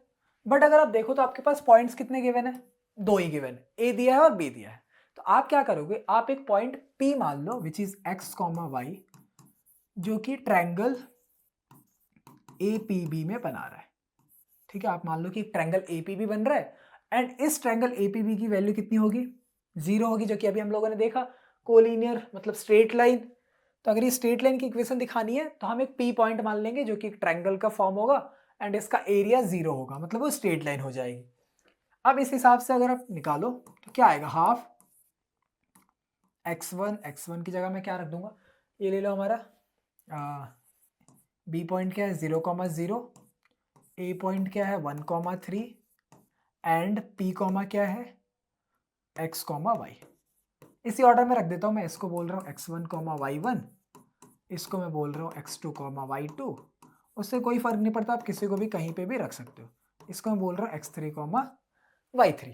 अब वैल्यूज इंसर्ट कर दो, x1 की जगह क्या आएगा 0 0 1, यहाँ क्या आएगा 1 3 1, यहाँ क्या आएगा x y 1। अब आपको इसको डिटरमिनेंट की हेल्प से सॉल्व कर लेना है। तो कैसे सॉल्व करेंगे बताओ, ये आएगा हाफ। अब देखो रो 1 से अगर हम सॉल्व करें तो बहुत इजी है क्या हमारे लिए, यस, दो ऑलरेडी 0 है तो उनको सॉल्व करने की जरूरत है ही नहीं, क्योंकि ये 0 किसी के साथ भी मल्टीप्लाई होगा, होल आंसर क्या बनेगा 0 ही बनेगा। ये 0 भी किसी के साथ मल्टीप्लाई होगा, होल आंसर 0 बनेगा। तो सिर्फ आपको 1 देखना है क्या, यस, तो प्लस माइनस प्लस, तो क्या आएगा प्लस का 1, फर्स्ट रो थर्ड कॉलम को ढको, क्या बचेगा y माइनस 3x, तो यहां से क्या बचेगा y माइनस 3x अपॉन में 2, और ये किसके इक्वल होगा 0 के, मतलब यहां से आपको मिल गया y minus 3x equals to 0, या फिर आप इसको ऐसे बोलो कि y इक्वल्स टू 3x। ये आपकी लाइन की इक्वेशन है जो कि हमें चाहिए थी। क्लियर है क्या, एक पार्ट आपका इसमें सॉल्व हो गया कि हमें इक्वेशन ऑफ लाइन चाहिए a और b का, जो कि डिटरमिनेंट से हमें निकालना था। एंड दूसरी चीज हमें क्या पूछी है कि एरिया ऑफ ट्रायंगल आप ABD निकालो, जो कि क्या होगा, एरिया ऑफ ट्रायंगल आपको करना है ABD, और D पॉइंट की वैल्यू कितनी दे रखी है, D पॉइंट की वैल्यू आपकी k, 0। तो आपको इसको डिटरमिनेंट की हेल्प से सॉल्व करना है क्या, यस, आपको इसको करना है डिटरमिनेंट की हेल्प से सॉल्व। ठीक है, तो अब इसको देखो कैसे करेंगे डिटरमिनेंट पॉइंट। देखो अब यहाँ पे क्या करेंगे हम, ए बी तो हमारा सेम था 1 3 0 0, अब यहाँ पे आ जाएगा डी की वैल्यू k, 0, सिर्फ ये पुट कर देंगे। आपको हम क्या चाहिए, area of triangle ABD, ABD का एरिया चाहिए, ये क्या आएगा हाफ, पहला पॉइंट क्या था 1 3 1, यही था क्या, यस, इसमें हमने 0 0 1 लिया है, कोई दिक्कत नहीं, आप किसी को भी ले सकते हो कहीं पे भी। 1 3 1, दूसरा है 0 0 1 एंड तीसरा है k 0 1। इसका मुझे डिटरमिनेंट सॉल्व करना है एंड इसमें एरिया की वैल्यू कितनी दे रखी है आपको, एरिया की वैल्यू बोल रखा है 3 स्क्वायर यूनिट। तो अगर 3 स्क्वायर यूनिट है तो आपको प्लस माइनस दोनों के साथ लेना पड़ेगा, यस, जब बताया था। ठीक है, जब भी एरिया आपको दिया हो तो आपको वैल्यू प्लस माइनस दोनों के साथ लिखी होनी चाहिए। ठीक है, ओके। अब आप सॉल्व करें, इसको कैसे सॉल्व करोगे, हाफ रो 1 से एक्सपैंड करते हैं, हालांकि अगर रो 2 से आप एक्सपैंड करो तो ज़्यादा इजी होगा। ठीक है, अगर आप इसको रो 2 से एक्सपैंड कर लो 0 0 वाली वैल्यू है, बट स्टिल कोई ना, हम 1 से एक बार करके देखते हैं। 1 फर्स्ट रो फर्स्ट कॉलम क्या मिलेगा 0 माइनस 0, ठीक है, माइनस का 3 फर्स्ट रो सेकेंड कॉलम क्या बचेगा आपके पास 0 माइनस के, क्या बचेगा आपके पास 0 माइनस के बचेगा। देन प्लस का 1 फर्स्ट रो थर्ड कॉलम क्या बचेगा 0 माइनस 0, बात आपकी सेम ही पड़ रही है, इधर भी 2 0 बन गया, इक्वल्स टू प्लस माइनस का 3। क्लियर है क्या, ओके। हाफ यहां से क्या बचेगा आपका, ये 0 हो गया, यहां से माइनस माइनस माइनस में प्लस लिख दो, प्लस का 3 के, वो भी 0 हो जाएगा, सॉरी 1 हो जाएगा, 1 इंटू 0 0 हो जाएगा ना, यस 0 हो जाएगा, इक्वल्स टू प्लस माइनस 3। अब यहाँ से क्या बचा हाफ, डायरेक्टली लिख रहा हूँ मैं, इसको मैं कैसे लिख सकता हूँ, 3k अपॉन में 2 इक्वल्स टू, एक बारी प्लस का 3 लेना आपको, 3k अपॉन में 2 इक्वल्स टू माइनस का 3 लेना है। तो यहाँ से 3k इक्वल्स टू कितना आ जाएगा 6, k की वैल्यू कितनी आ जाएगी 3, एंड यहाँ से आपकी k की वैल्यू मिलेगी 3k equals to minus 6, k की वैल्यू आएगी माइनस का 3। ठीक है, तो आपकी k की दो वैल्यूज आएंगी +3 एंड -3, विच इज अगेन आपको जो भी इसमें क्वेश्चन करना है ना, एरिया ऑफ ट्रायंगल जब भी गिवन होगा तो आप में हमेशा दो वैल्यूज आनी है। ठीक है, प्लस माइनस दोनों वैल्यूज आएंगी, आपको k ऐसे ही सॉल्व कर रहे हैं। क्लियर है क्या? Okay, next we have minors and cofactors. क्या होते हैं माइनर्स एंड कोफैक्टर्स? माइनर देखो यहाँ पे कुछ डेफिनेशन लिखी है जो कि पढ़ के अगेन आपको समझ तो नहीं आया होगा। ठीक है, समझ लो एक बार ही। क्या दिया है कि minor of an element of a determinant is the determinant obtained by deleting its ith row and jth column। ठीक है, क्या मतलब है इस बात का? एग्जाम्पल से समझो। एक a है आपके पास, इसका डिटर्मिनेंट निकालना में 3 4 7 6 ऐसा कुछ है आपके पास। इसको आप कैसे रिप्रेजेंट करते हो? ये है आपका a11 a12 a21 a22। अब आपको क्या चाहिए कि आपको a11 का माइनर चाहिए, आपको चाहिए माइनर ऑफ a11। माइनर और मेजर ये 18 प्लस और 18 माइनस वाला माइनर नहीं है। ठीक है, ये मैथ्स वाला माइनर है। a11 निकालना है, मतलब आप इसको रिप्रेजेंट कैसे करोगे? इसको हम रिप्रेजेंट करते हैं mij से। ij की वैल्यू क्या है 11, मीन्स आपको कैलकुलेट करना है m11। ठीक है, बहुत सिंपल सी बात है जो मैं बता रहा हूं, ध्यान से सुनना बस। आपको m11 निकालना है। m1 पहला वन क्या दिखा रहा है? रो को। दूसरा वन किसको दिखा रहा है? कॉलम को। तो आपको क्या करना है, पहला रो डिलीट कर दो, इसका पहला रो डिलीट, खत्म, ये खत्म। पहला कॉलम डिलीट कर दो, खत्म। क्या नंबर बच गया आपके पास? 6 बच गया। Yes, this is your minor of m11। Clear है क्या? ओके, अगेन मैं इसी क्वेश्चन में, अगर a क्या था 3 4 7 6 था, अगर मैं आपसे m12 की वैल्यू पूछता, m12 आप क्या बताते? पहला रो खत्म, दूसरा कॉलम खत्म, क्या मिला 7। अगर मैं आपसे पूछता कि भाई मेरे m13 बता दो मेरे को, m13 में आप क्या बताते मेरे को? बताओ जल्दी से, आंसर लिखो अपना कमेंट बॉक्स के अंदर। 3 4 7 6 m13 फर्स्ट रो आप डिलीट करते? यस, एंड थर्ड कॉलम, अरे भैया इसमें तो थर्ड कॉलम है ही नहीं, तो क्या इसका m13 एग्जिस्ट करेगा? नहीं करेगा, क्योंकि इसमें तो कुछ ऐसा है ही नहीं ना। ये तो आपका 11 a11 आएगा, जैसे m11 आएगा a11 के लिए, m12 आएगा a12 के लिए, m21 मिल सकता है आपको, m22 मिल सकता है, बट उसके आगे नहीं मिल सकता अगर 2x2 ऑर्डर का है तो। 3x3 के लिए क्या होगा? 3x3 के लिए बताओ।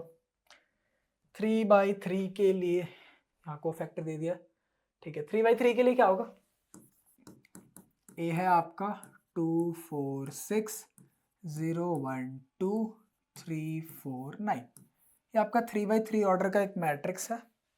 डिटरमिनेंट लिखना चाहिए, वैसे मैं बार बार मैट्रिक्स लिख रहा हूँ, डिटरमिनेंट के फॉर्म में लिख लो इसको। ठीक है, आपको इसमें चाहिए कि आप निकालो m11। तो m11 कैसे निकालोगे? आप देखो, आपने फर्स्ट रो डिलीट किया, फर्स्ट कॉलम डिलीट किया, बट आपके पास अब ये इतना पूरा सा बच गया।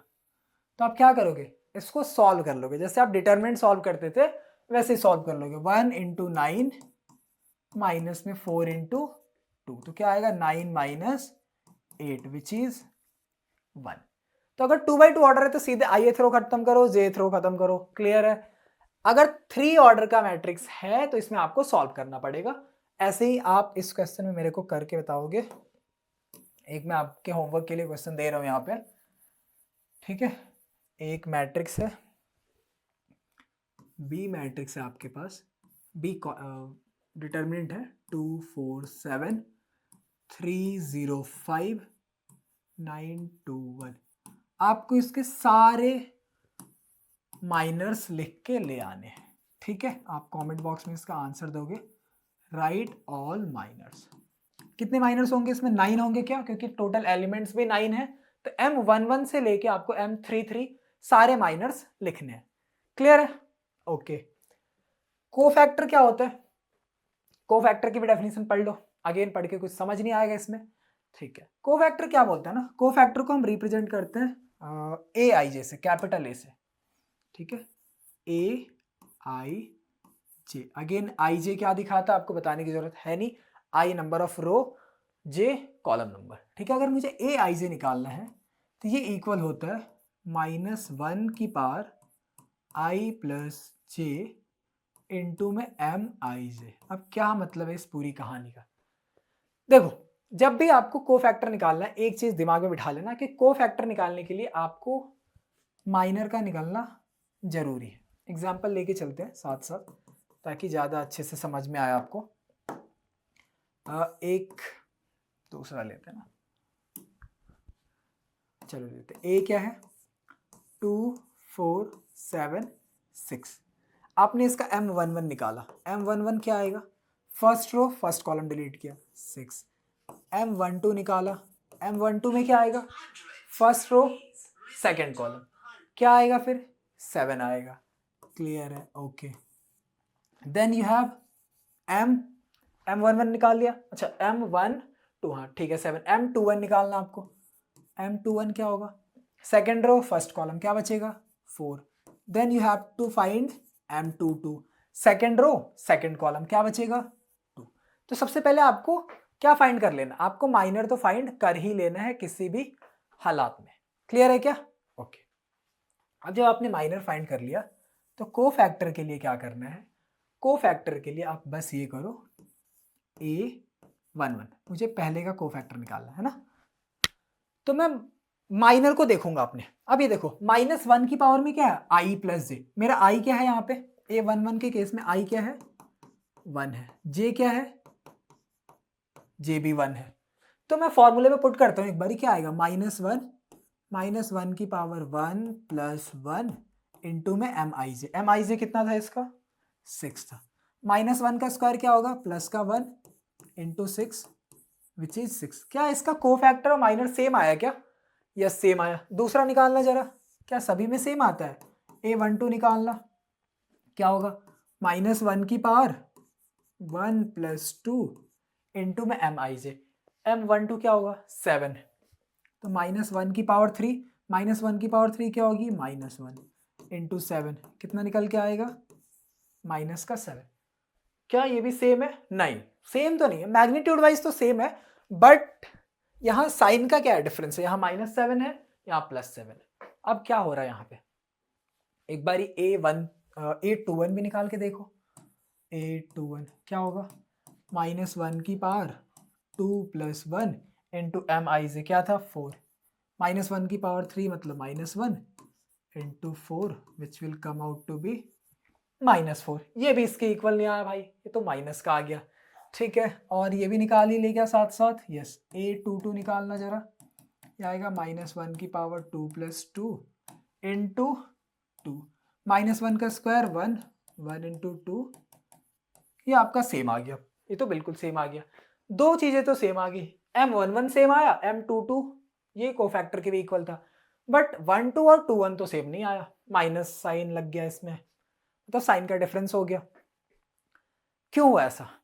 अगर आप देखो 1 प्लस 1 ऐड करके, जगह है क्या यहाँ पे? यस, 1 प्लस 1 ऐड करके कितना मिलता है? 2 मिलता है। 1 प्लस 2 ऐड करके क्या मिलता है? 3 मिलता है। 2 प्लस 1 ऐड करके क्या मिलता है? 3 मिलता है। 2 प्लस 2 ऐड करके क्या मिलता है? 4 मिलता है। क्या गाइज? यस। ओके, ये कैसा नंबर है? इवन है। ये कैसा नंबर है? इवन है। ये दोनों बीच वाले नंबर कैसे हैं? ऑड हैं क्या? यस सर, ऑड है। तो आपको ये समझ में आया? अच्छा, एक चीज़ और अभी आपको नहीं आया समझ, कि अगर मैं -1 की पावर में कोई ऑड नंबर रखूँगा तो मुझे आंसर क्या माइनस का ही मिलेगा, विच इज़ नेगेटिव का मिलेगा क्या? अगर पावर नेगेटिव होती है तो आंसर नेगेटिव में आता है क्या? यस। अगर मैं -1 की पावर इवन रखूँगा तो क्या मेरा आंसर पॉजिटिव आएगा क्या? क्या बोलती पब्लिक, बताओ, पॉजिटिव आएगा क्या? यस, पॉजिटिव आएगा। ठीक है, तो यहां पे भी वही हो रहा है क्या, मुझे एम आई जे का मल्टीप्लाई करना है, एम आई जे का मल्टीप्लाई करके बस अगर हमारा पावर ऑड है तो वैल्यू का साइन चेंज हो जाएगा, प्लस का है तो माइनस हो जाएगा, माइनस का है तो प्लस हो जाएगा। अगर मेरा साइन सेम है तो उस केस में क्या होगा, एज इट इज नंबर छप के आ जाएंगे। ठीक है, चलो अब एकदम से एक क्वेश्चन देता हूं, एकदम से खटाक से क्वेश्चन दूसरा। बी है आपके पास 2 4 6 9 एंड आपसे पूछा गया है कि आप इसका माइनर एंड को फैक्टर जल्दी से निकाल के बताएं। M11 अगर आपसे ना भी पूछा हो माइनर, तब भी आपकी कहीं ना कहीं मजबूरी बन जाएगी माइनर निकालना, क्योंकि बिना माइनर के आप को फैक्टर निकाल ही नहीं सकते। ठीक है क्या, यस, आपको A11 निकालना है, A12 निकालना है, A21 निकालना है, A22 निकालना है। निकालो निकालो जल्दी से। M11 में क्या करोगे, फर्स्ट रो फर्स्ट कॉलम क्या बचा, 9 बचा। M12 first row second column क्या बचा, 6 बचा।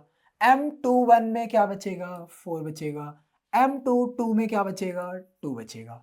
क्लियर है क्या, बताओ फास्ट चल रहा हूं क्या मैं, बोलो बोलो, क्या मैं फास्ट हूं, नहीं हूं। अगर तुम्हें लग रहा हूं फास्ट तो बेटा जी आप अपनी स्पीड थोड़ी सी बढ़ा ले।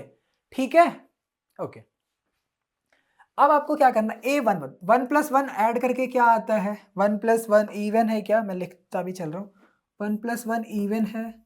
तो इस केस में क्या होगा, इवन में क्या होगा बताओ, पॉजिटिव मतलब कोई चेंज नहीं आएगा क्या, एज इट इज रहेगा। इवन में क्या आएगा, M11 में, यहाँ भी देख लो इवन वाले में चेंज आया था क्या, 1 1 में कोई चेंज आया था, नहीं आया था। 2 2 में कोई चेंज आया था, नहीं आया था। ठीक है, तो 1 1 आपका इवन है, मतलब इसका को फैक्टर भी 9 हो जाएगा क्या, यस।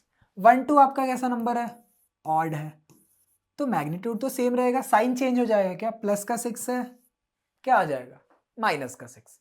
2 + 1 अगेन ऐड करके ऑड नंबर आएगा क्या, यस, तो प्लस का 4 है, क्या आ जाएगा, माइनस का 4 आ जाएगा। 2 + 2 ऑड है क्या, नहीं इवन है, तो इवन है तो इस केस में आंसर एज इट इज हमारे माइनर के जितना आ जाएगा। क्लियर है, माइनर और कोफैक्टर क्या होते हैं, बताओ बताओ, क्लियर है क्या। अगर क्लियर है तो अगला सवाल, which is your PYQs of Covid. Covid भैया को याद करो, नमस्कार जी भैया जी, आप वापस मत आइएगा। हालांकि बच्चा समाज तो यही चाहता है कि आप वापस आ जाए, बट जो बाकी लोग हैं वो नहीं चाह रहे ना, क्योंकि आपका तो फायदा है, बट लोगों की जॉब भी तो जाती है कोविड में, लोगों को दिक्कतें तो होती है ना। तो आप अपना फायदा मत देखो। बहुत सारे बच्चे से प्रे कर रहे हैं कि भगवान जी मेरे बोर्ड में ना प्लीज कोविड आ जाए या कोविड जैसी कोई सिचुएशन आ जाए। कई तो इस सोच में है कि 26 में तो दुनिया ही खत्म है, तो फिर पढ़ के क्या होगा, है ना। कई तो ऐसे सोच के बैठेंगे 26 में दुनिया खत्म है हमारा बोर्ड, तो बेटा 26 में दुनिया तो खत्म है, बट तुम्हारे बोर्ड एग्जाम के बाद खत्म है। ठीक है, तो पढ़ लो अभी। CBSE 2020 का क्वेश्चन है ये, इसका हमें कोफैक्टर निकालना है। कोफैक्टर निकालने के लिए क्या निकालना पड़ेगा, माइनर निकालना पड़ेगा। माइनर कैसे निकालूंगा, M11 first row first column क्या आएगा, 3 आएगा क्या, यस, ओके शाबाश। M12 निकालो आप, M12 क्या आएगा, फर्स्ट रो ढको आप, फर्स्ट रो सेकंड कॉलम, 4 आएगा क्या, बताओ 4 आएगा क्या, दिख नहीं रहा हूँ क्या मैं, यस 4 आएगा क्या, ओके। M21 में क्या आएगा, M21 second row first column क्या बच जाएगा, माइनस का 2। M22 second row second column क्या बच जाएगा, 1। ठीक है, माइनर तो आपने निकाल लिया, बट आपको निकालना तो कोफैक्टर है। ठीक है, A11 क्या होगा, 1 + 1 इवन है क्या, एज इट इज आ जाएगा। A12 ऑड है क्या, प्लस का 4 है, आंसर माइनस का 4 हो जाएगा, यस। 2 + 1 ऑड है क्या, 2 + 1 ऑड है, यस, तो आंसर माइनस का है, प्लस हो जाएगा। A22 इवन है क्या, एज इट इज आ जाएगा। तो ये रहा आपका सारे एलिमेंट्स का कोफैक्टर। देखा कितनी आसानी से निपटा दिया आपने ये तुच्छ सा PYQ, कितना तुच्छ सा था ना, आपको पढ़ लेने के बाद देखो कितना इजी लग रहा है, बहुत इजी है। यस, चले क्या आगे, okay next we have adjoint of a matrix. Adjoint, yes, adjoint क्या होता है एडजॉइंट, उससे पहले मैं कुछ और चीज बताना चाहता हूं आपको। यस, एडजॉइंट के पहले आपको कुछ ऐसी जादुई ट्रिक बताने वाला हूं जिसको देख के आपका दिमाग बोलेगा कि ये क्या हो गया, ये कैसे हुआ। ठीक है, आपके पास एक क्या है, आपके पास है एक एक एक मैट्रिक्स। कितने ऑर्डर का? 3 ऑर्डर का लेते हैं। 2 4 0 1 7 9 5 4 3। ये ए मैट्रिक्स है क्या? यस। अब आपको क्या करना है, आपको इसको एलिमेंट्स, इसके सारे एलिमेंट्स अलग अलग करके लिख लो। क्यों करा रहा हूं अभी समझ में आ जाएगा। A11 कितना है? A11 2। A12 कितना है? A12 4। A13 कितना है? A13 0। ऐसे ही आप यहाँ पे लिखो A21 कितना? A21 1। A22 कितना? A22 7। A23 कितना? A23 9। Then you have A31। A31 कितना है?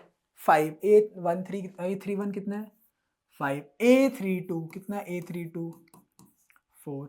A33 कितना? A33 आपका है 3। क्लियर है क्या? ओके। क्यों लिखाया अभी आपको समझ में आ जाएगा। अब आप मेरे को माइनर निकालो इसका। ठीक है, यहीं पे निकालते हैं। M11 कितना आएगा?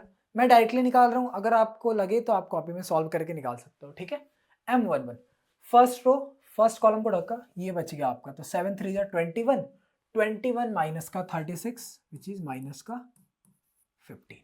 ठीक है, M12 क्या होगा? फर्स्ट रो ढका, सेकंड कॉलम ढका, 1 3 3, 3 माइनस का 45 विच इज माइनस का 42। M13 कैसे निकालोगे? फर्स्ट रो थर्ड कॉलम ढक लो, 1 4 4, 4 माइनस 35 माइनस का 31। क्लियर है क्या? ओके। M21 निकालो। M21 1 1 2 1 3 निकल गया, 2 1 निकालो।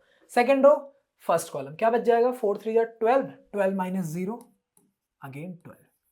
M22 second row second column क्या बच जाएगा? 2 3 6, 6 माइनस 0 6। कर रहे हो ना, मेरे साथ साथ करते चलो।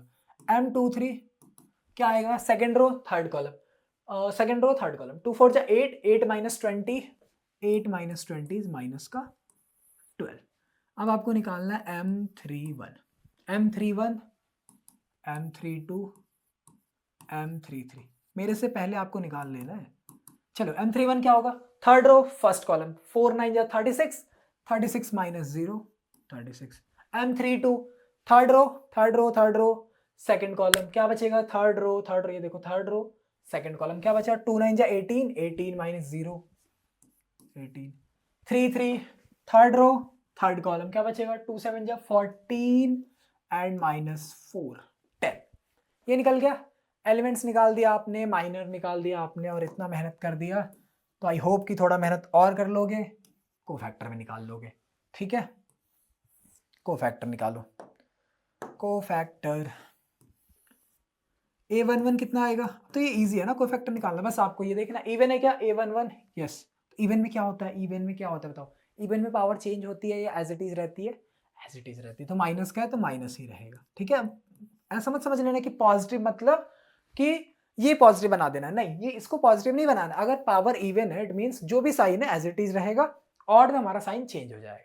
ठीक है, ओके। A12 क्या होगा? A12 माइनस का 42 है, प्लस का 42 हो जाएगा। A13 में क्या होगा? A13 अगेन पॉजिटिव है, एज इट इज आएगा, माइनस का 31। A21 ऑड है, साइन चेंज हो जाएगा, माइनस 12। A22 इवन है, एज इट इज आएगा 6।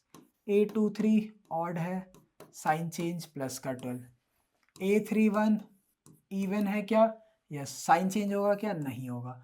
A32 ऑड है, साइन चेंज होगा क्या? Yes, minus 18। A33 इवन है, ऑड है? इवन है, साइन चेंज होगा? नहीं होगा।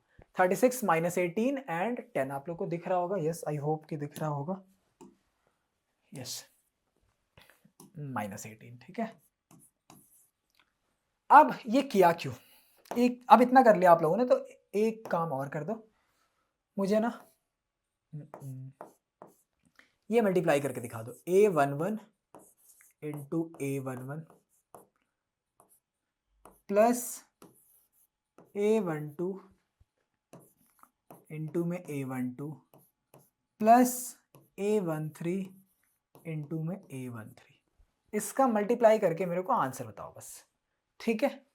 ओके, A11 कितना है 2, और इसका कोफैक्टर कितना आया था, A11 कहाँ गया, A11 -15 प्लस A12 कितना है 4, इसका कोफैक्टर कितना था 42, यस 42 प्लस A13 कितना है 0, इसका कोफैक्टर चाहे जितना भी उससे मतलब नहीं है, बट लिख लेते हैं। ये वैल्यू कितनी आ रही है आपकी, 2 इंटू -15 -30 प्लस का 42 इंटू 4 कितना हो जाएगा 160 और 8 168, ठीक है। 42 इंटू 4 कितना होगा आपका, 42 इंटू 4 168 प्लस में आएगा 0, तो फाइनल आंसर कितना बनेगा 168 में से 30 आप माइनस करोगे तो आंसर वुड बी 138। अब आप सोच में होगे कि ये क्या निकलवा लिया सर आपने, ये है क्या। चलो थोड़ा सा और इंतजार करो, आपको आपके सवाल का जवाब मिलने ही वाला है। आपका डिटरमिनेंट क्या था, मैट्रिक्स क्या था 240179, ये क्या था 240179 एंड 543, अरे मैंने क्या कर दिया, 543179 I think 240, check it once, यही क्या था 240179 543, यस। अब आपको मैंने डिटरमिनेंट पढ़ाया था स्टार्टिंग में, तो आप इसका डिटरमिनेंट निकाल के दिखाओगे क्या मेरे को, आपने बोला यस सर क्यों नहीं निकाल देंगे। चलो यहाँ प्लस, सॉरी यहाँ क्यों लिखूंगा मैं, ऊपर लिखूंगा, यहाँ आएगा क्या प्लस माइनस प्लस माइनस, यहाँ प्लस, ठीक है ज़्यादा ऊपर लिख दिया मैंने, प्लस माइनस प्लस, ठीक है।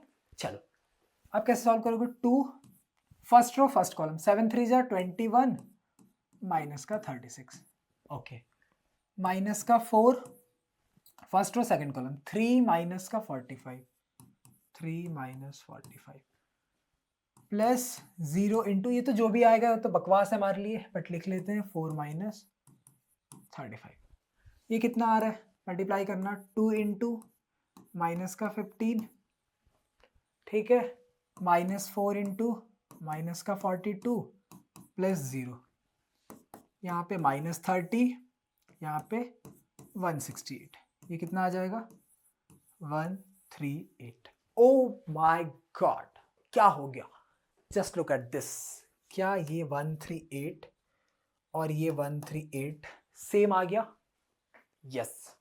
तो आपको एक और निंजा टेक्निक क्या मिल गई कि आपको कभी भी किसी भी 3 ऑर्डर का या किसी भी n ऑर्डर का डिटरमिनेंट सॉल्व करना है तो आप एलिमेंट लो और उस एलिमेंट के किसी भी एक रो या किसी भी एक कॉलम का एलिमेंट लो और उसके कॉरस्पॉन्डिंग कोफैक्टर से मल्टीप्लाई करो एंड देन उनका सम कर दो, आपका जो आंसर आएगा वो डिटरमिनेंट ऑफ ए के इक्वल आएगा, A12 A12 A13 A13। आप इससे कर सकते हो, आप चाहो तो अगर 21 से किया होता आपने तो 821 लेना पड़ता, A22 yes A22 plus A23 23 होता, या और भी हो सकता है अगर आपने रो से लिया होता आपने कॉलम से लिया होता, ठीक है।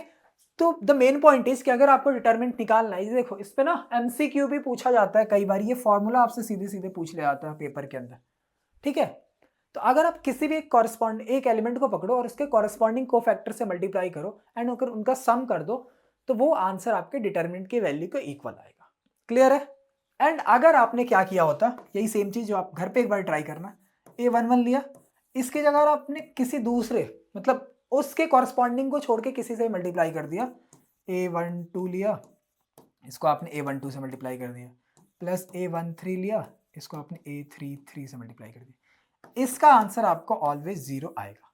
अगर आपने कॉरस्पॉन्डिंग एलिमेंट के अलावा कभी भी कुछ दूसरा कोफैक्टर ले लिया एंड अगर उससे मल्टीप्लाई किया तो आपका आंसर ऑलवेज 0 आने वाला है। एंड अगर आपने किसी भी एक रो या किसी भी कॉलम के एलिमेंट्स को उठाए और उसके कॉरस्पॉन्डिंग एलिमेंट के साथ मल्टीप्लाई किया तो आपकी जो वैल्यू निकल के आएगी वो निकल के आती है डिटर्मिनेंट के equal. This was my agenda to like give you the understanding कि ये कैसे होता है। क्लियर है? उसके बाद आता है आपका adjoint of a matrix. Adjoint क्या है? डेफिनेशन पढ़ो। अगेन डेफिनेशन पढ़ के कुछ नहीं समझ में आता, अगर समझ में आ जाता फिर क्या ही बात होती है ना। एनसीईआरटी देखो, एनसीईआरटी ऐसी है ना, ये सिर्फ मैथ्स की बात नहीं है। अगर आप पीसी वाले बच्चे हो तो उनके लिए तो और मौत है। अगर केमिस्ट्री कोई पढ़ता है लाइक एनसीईआरटी से, तो उसी पे किसी ने बहुत ही अच्छी लाइन बोली है, मतलब मुझे याद आ गया अभी, कि तुम इंसान हो या एनसीईआरटी की किताब, तुम इंसान हो या एनसीईआरटी की किताब, बहुत ही कम शब्दों में बहुत गहरे बात कह जाते हो, बहुत ही कम शब्दों में बहुत ही गहरी बातें कह जाते हो। ठीक है? तो एनसीईआरटी वैसी है, मतलब आपके वर्ड्स जो हैं बहुत लिमिटेड। आपको देख के बुक लगेगी अरे इतनी सी तो बुक है, बट वो इतनी सी बुक पॉइजन की तरह है जो ना ही आप खा सकते हो और ना ही उसको पढ़ पा रहे हो। ठीक है? मतलब ऐसा है कि वो रखा हुआ है, आप देख के भी डर लगता है, सॉल्व करने पे और डर लगता है कि सर हो ही नहीं रहा। डिसअपॉइंटमेंट, एंग्जाइटी, स्ट्रेस, ट्रॉमा, क्या क्या आता है आपके दिमाग के अंदर, है ना। बट ये दूर कैसे होगा?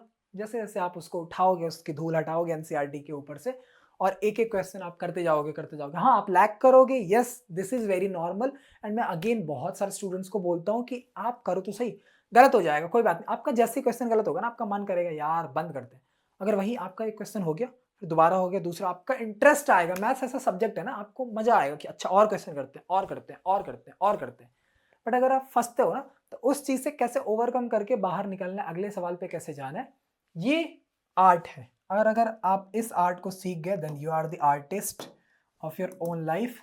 ठीक है? चलो, एडजॉइंट क्या होता है? एडजॉइंट में कुछ नहीं करना है। देखो, यहां हमने कोफैक्टर बनाया था A11, A12, A13, A21, A22, A23, 31, 32, 33।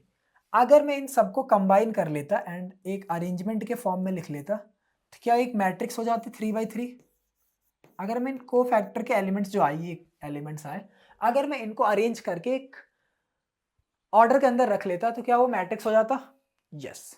तो एडजॉइंट कैसे निकलता है? एडजॉइंट आपको कुछ नहीं करना है, जस्ट एडजॉइंट को कैसे रिप्रेजेंट करते हैं? ADJ से दिखाते हैं। अगर मुझे एडजॉइंट ऑफ ए मैट्रिक्स निकालनी है तो मैं क्या करूंगा, उसका कोफैक्टर निकाल लूंगा, उस कोफैक्टर को अरेंज करूंगा तो CFM बन जाएगा।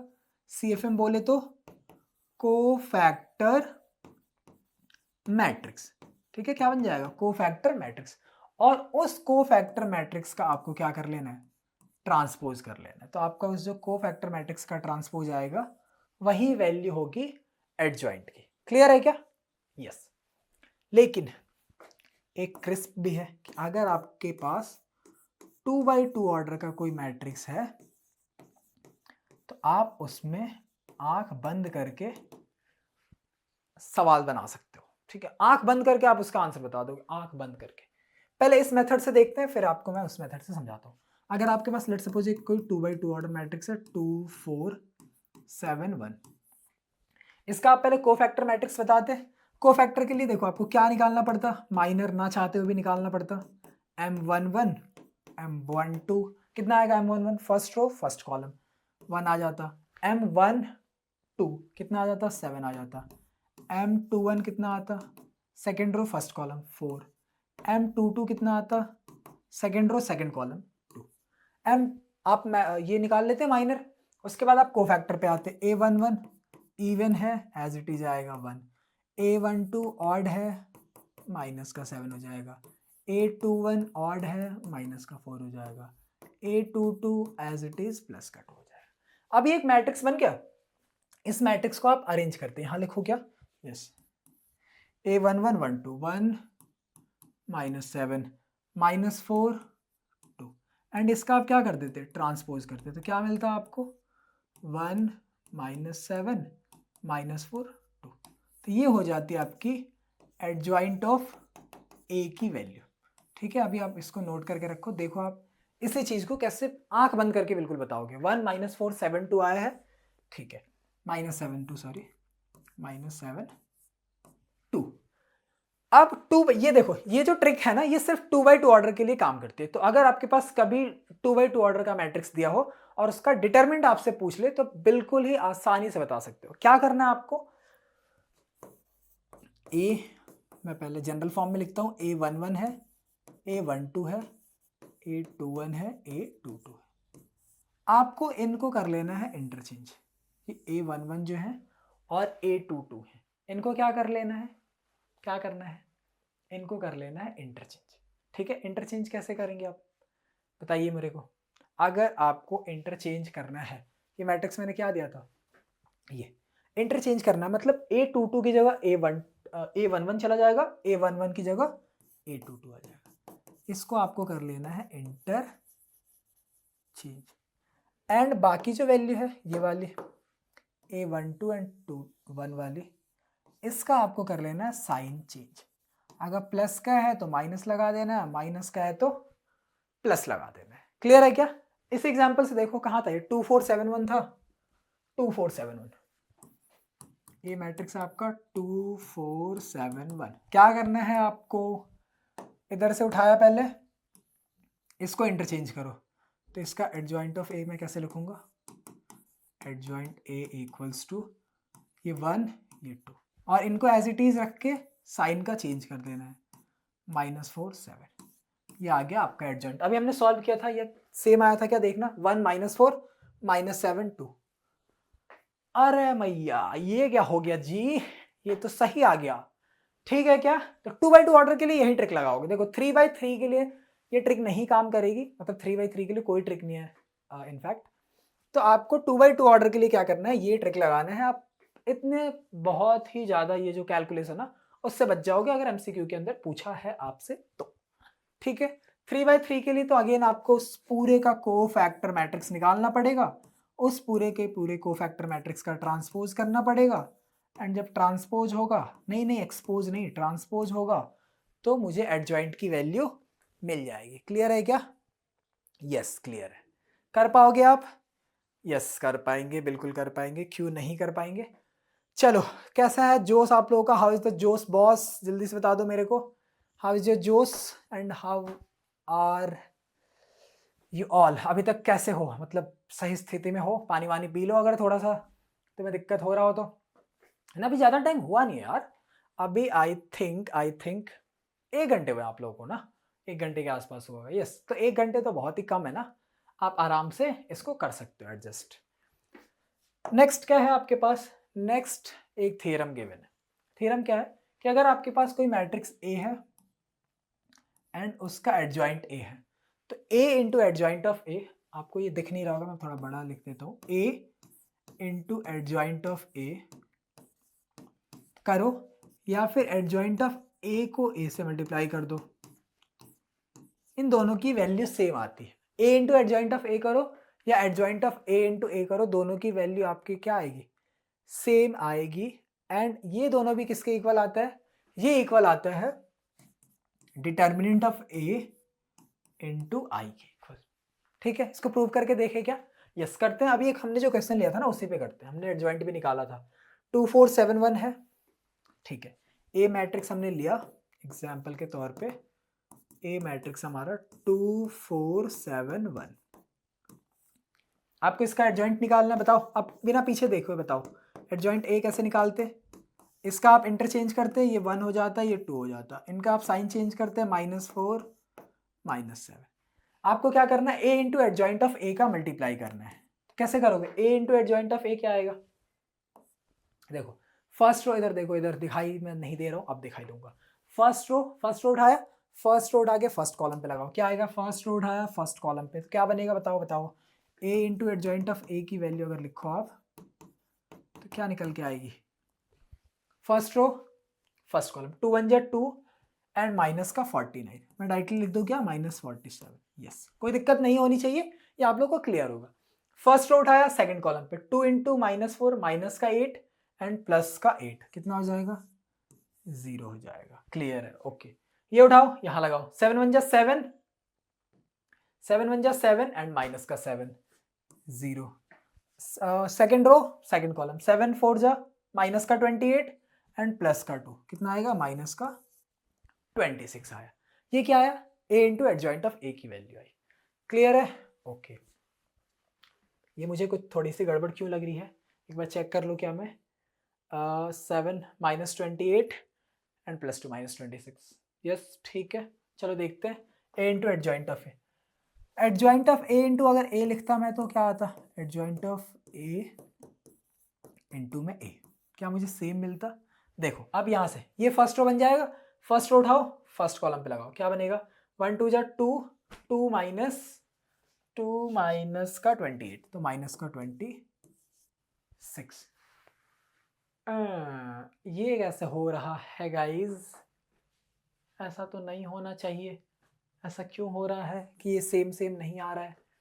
If a be any given square matrix then a into adjoint of a जो होना चाहिए वो adjoint of a into a के इक्वल होना चाहिए जबकि हमारा तो नहीं हो रहा है। फर्स्ट रो फर्स्ट कॉलम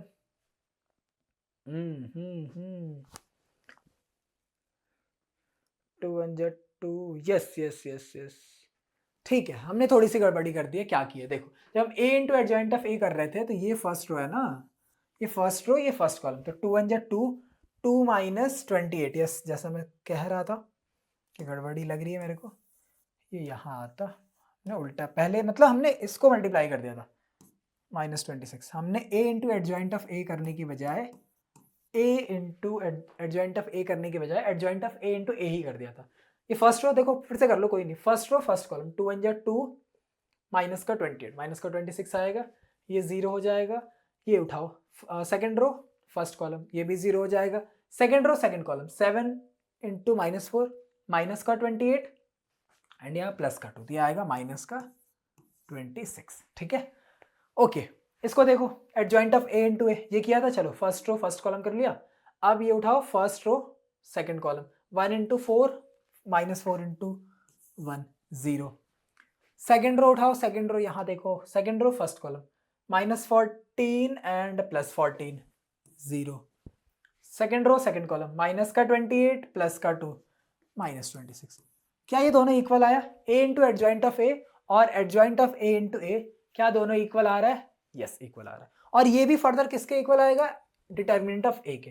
तो अगर मैं डिटर्मिनेंट ऑफ a निकाला होता मैंने क्या आता देखो 2 इंटू 1 माइनस 7 इंटू 4 यही आता क्या 2 इंटू 1 7 इंटू 4 क्या आ जाता ये 2 माइनस का 28 2 माइनस 28 और ये वैल्यू कितनी होती 26। तो अगर मैं इन दोनों को ऐसे लिखता कि ये इक्वल है माइनस 26 इंटू आई क्या होता है आइडेंटिटी मैट्रिक्स यस तो ये किसके इक्वल आ जाता माइनस 26 0 0 माइनस 26 के इक्वल एंड हेंस हम बोल सकते थे कि दिस इज योर आंसर कि a into adjoint of a करो या adjoint of a into a करो या फिर डिटर्मिनेंट ऑफ a इंटू आई करो आपका आंसर सेम आने वाला है अगर वो ऑर्डर n का मैट्रिक्स है तो। यहाँ से एक प्रॉपर्टी है ये थ्योरम काइंड ऑफ ही है बट ये प्रॉपर्टी भी आप बोल सकते हैं इसको। ये बहुत पूछा जाता है आपके पेपर में ना इस पे कई सारे क्वेश्चन आते हैं ऐसे। जैसे आपको क्या दिया है एडजॉइंट ऑफ a दिया है एडजॉइंट a जो होगा डिटर्मिनेंट a की पावर n माइनस 1 के इक्वल होगा जो भी आपका ऑर्डर अगर आपका ऑर्डर n इक्वल्स टू 3 है तो डिटर्मिनेंट a की पावर 2 कर दो जो भी वैल्यू आएगी वो आपका एडजॉइंट ऑफ a की वैल्यू होगी ठीक है। जैसे कि यहाँ कुछ वैल्यू दिया है कुछ ऑर्डर दिया आपको n माइनस 1 आपने रखा वो वैल्यू आएगी आपको रख लेना है ठीक है। ये आपको याद रखना अभी के लिए क्वेश्चन आएंगे तो आपको सॉल्व कर लेना है।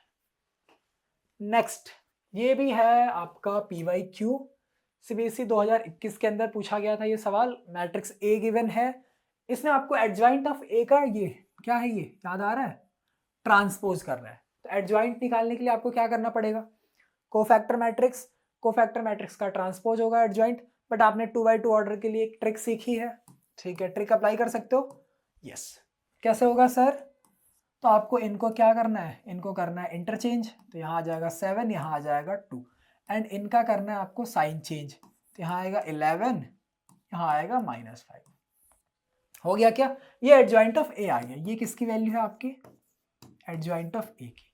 अगेन आप इस एडजॉइंट ऑफ ए का अगर ट्रांसपोज कर दो तो क्या मिल जाएगा, ये रो आपका कॉलम बन जाएगा।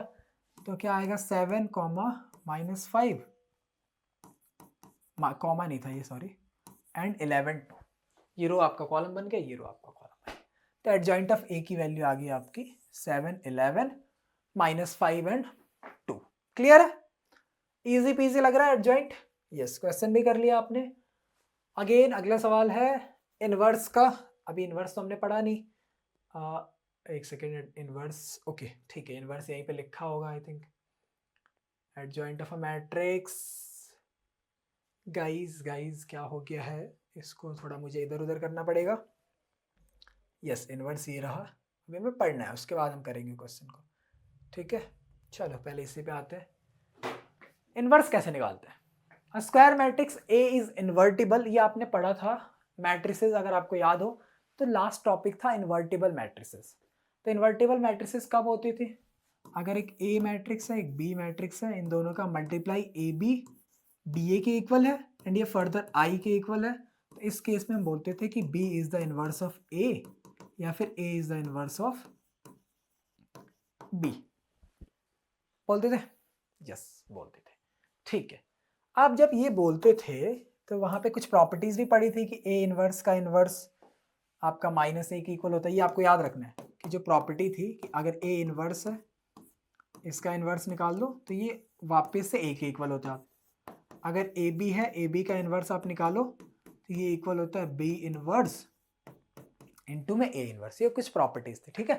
अब आपके पास ये सवाल आता है कि आखिर ये एडजॉइंट होता, इनवर्स होता क्या है। इनवर्स इज नथिंग बट, आपने एडजॉइंट निकाला, अगर आपको किसी भी मैट्रिक्स ए का इनवर्स निकालना है तो आपको क्या करना है, ए इनवर्स इक्वल होगा 1 upon determinant of A into में एडजॉइंट ऑफ ए। ये जो वैल्यू निकल के आती है ये होती है आपकी इनवर्स की वैल्यू। ए इनवर्स क्या होता है, एडजॉइंट ऑफ ए अपॉन में डिटर्मिनेंट ऑफ ए, या फिर आप इसको अलग करके लिखना चाहो तो 1 अपॉन डिटर्मिनेंट ए इनटू में एडजॉइंट ऑफ ए बोल सकते हो। ठीक है, ऐसे आपका निकलता है इनवर्स। ए इनवर्स क्या होता है, एडजॉइंट ऑफ ए निकालो, डिटर्मिनेंट से डिवाइड कर दो। एडजॉइंट के लिए अगेन आप क्या करोगे, अब देखो इसमें आपको क्या क्या निकालना पड़ेगा। पहले आपको माइनर निकालना पड़ेगा, माइनर आपने निकाल लिया, माइनर के बाद आपने कोफैक्टर निकाला, फिर आपने कोफैक्टर का ट्रांसपोज निकाला तो आपको एडजॉइंट मिल गया। देन आपने डिटर्मिनेंट निकाल के रखना है, उस डिटर्मिनेंट वैल्यू से आपको डिवाइड कर देना है, तो आपको क्या मिल जाएगा, इनवर्स मिल जाएगा इस केस के अंदर। क्लियर है क्या, एक क्वेश्चन करके देखिए क्या, 2/2 के लिए करते हैं। चलो आ जाओ, एक क्वेश्चन है आपके पास ए है 3 4 7 6, आपको इसका ए इनवर्स निकालना है। जैसे 2 ऑर्डर के लिए होगा वैसे ही सेम 3 ऑर्डर के लिए है, बस फर्क क्या है कि आपको थोड़ा सा कैलकुलेशन बढ़ जाएगा। इसका मुझे पहले क्या निकाल लूँ मैं, अगर ये निकालना है तो मुझे क्या करना पड़ेगा, एडजॉइंट ऑफ ए अपॉन में डिटर्मिनेंट ऑफ ए वैल्यू चाहिए, और एडजॉइंट के लिए मुझे क्या चाहिए, कोफैक्टर चाहिए। बट मैं कोफैक्टर के तरीके से जाऊंगा क्या, नहीं जाऊंगा, क्योंकि 2 ऑर्डर।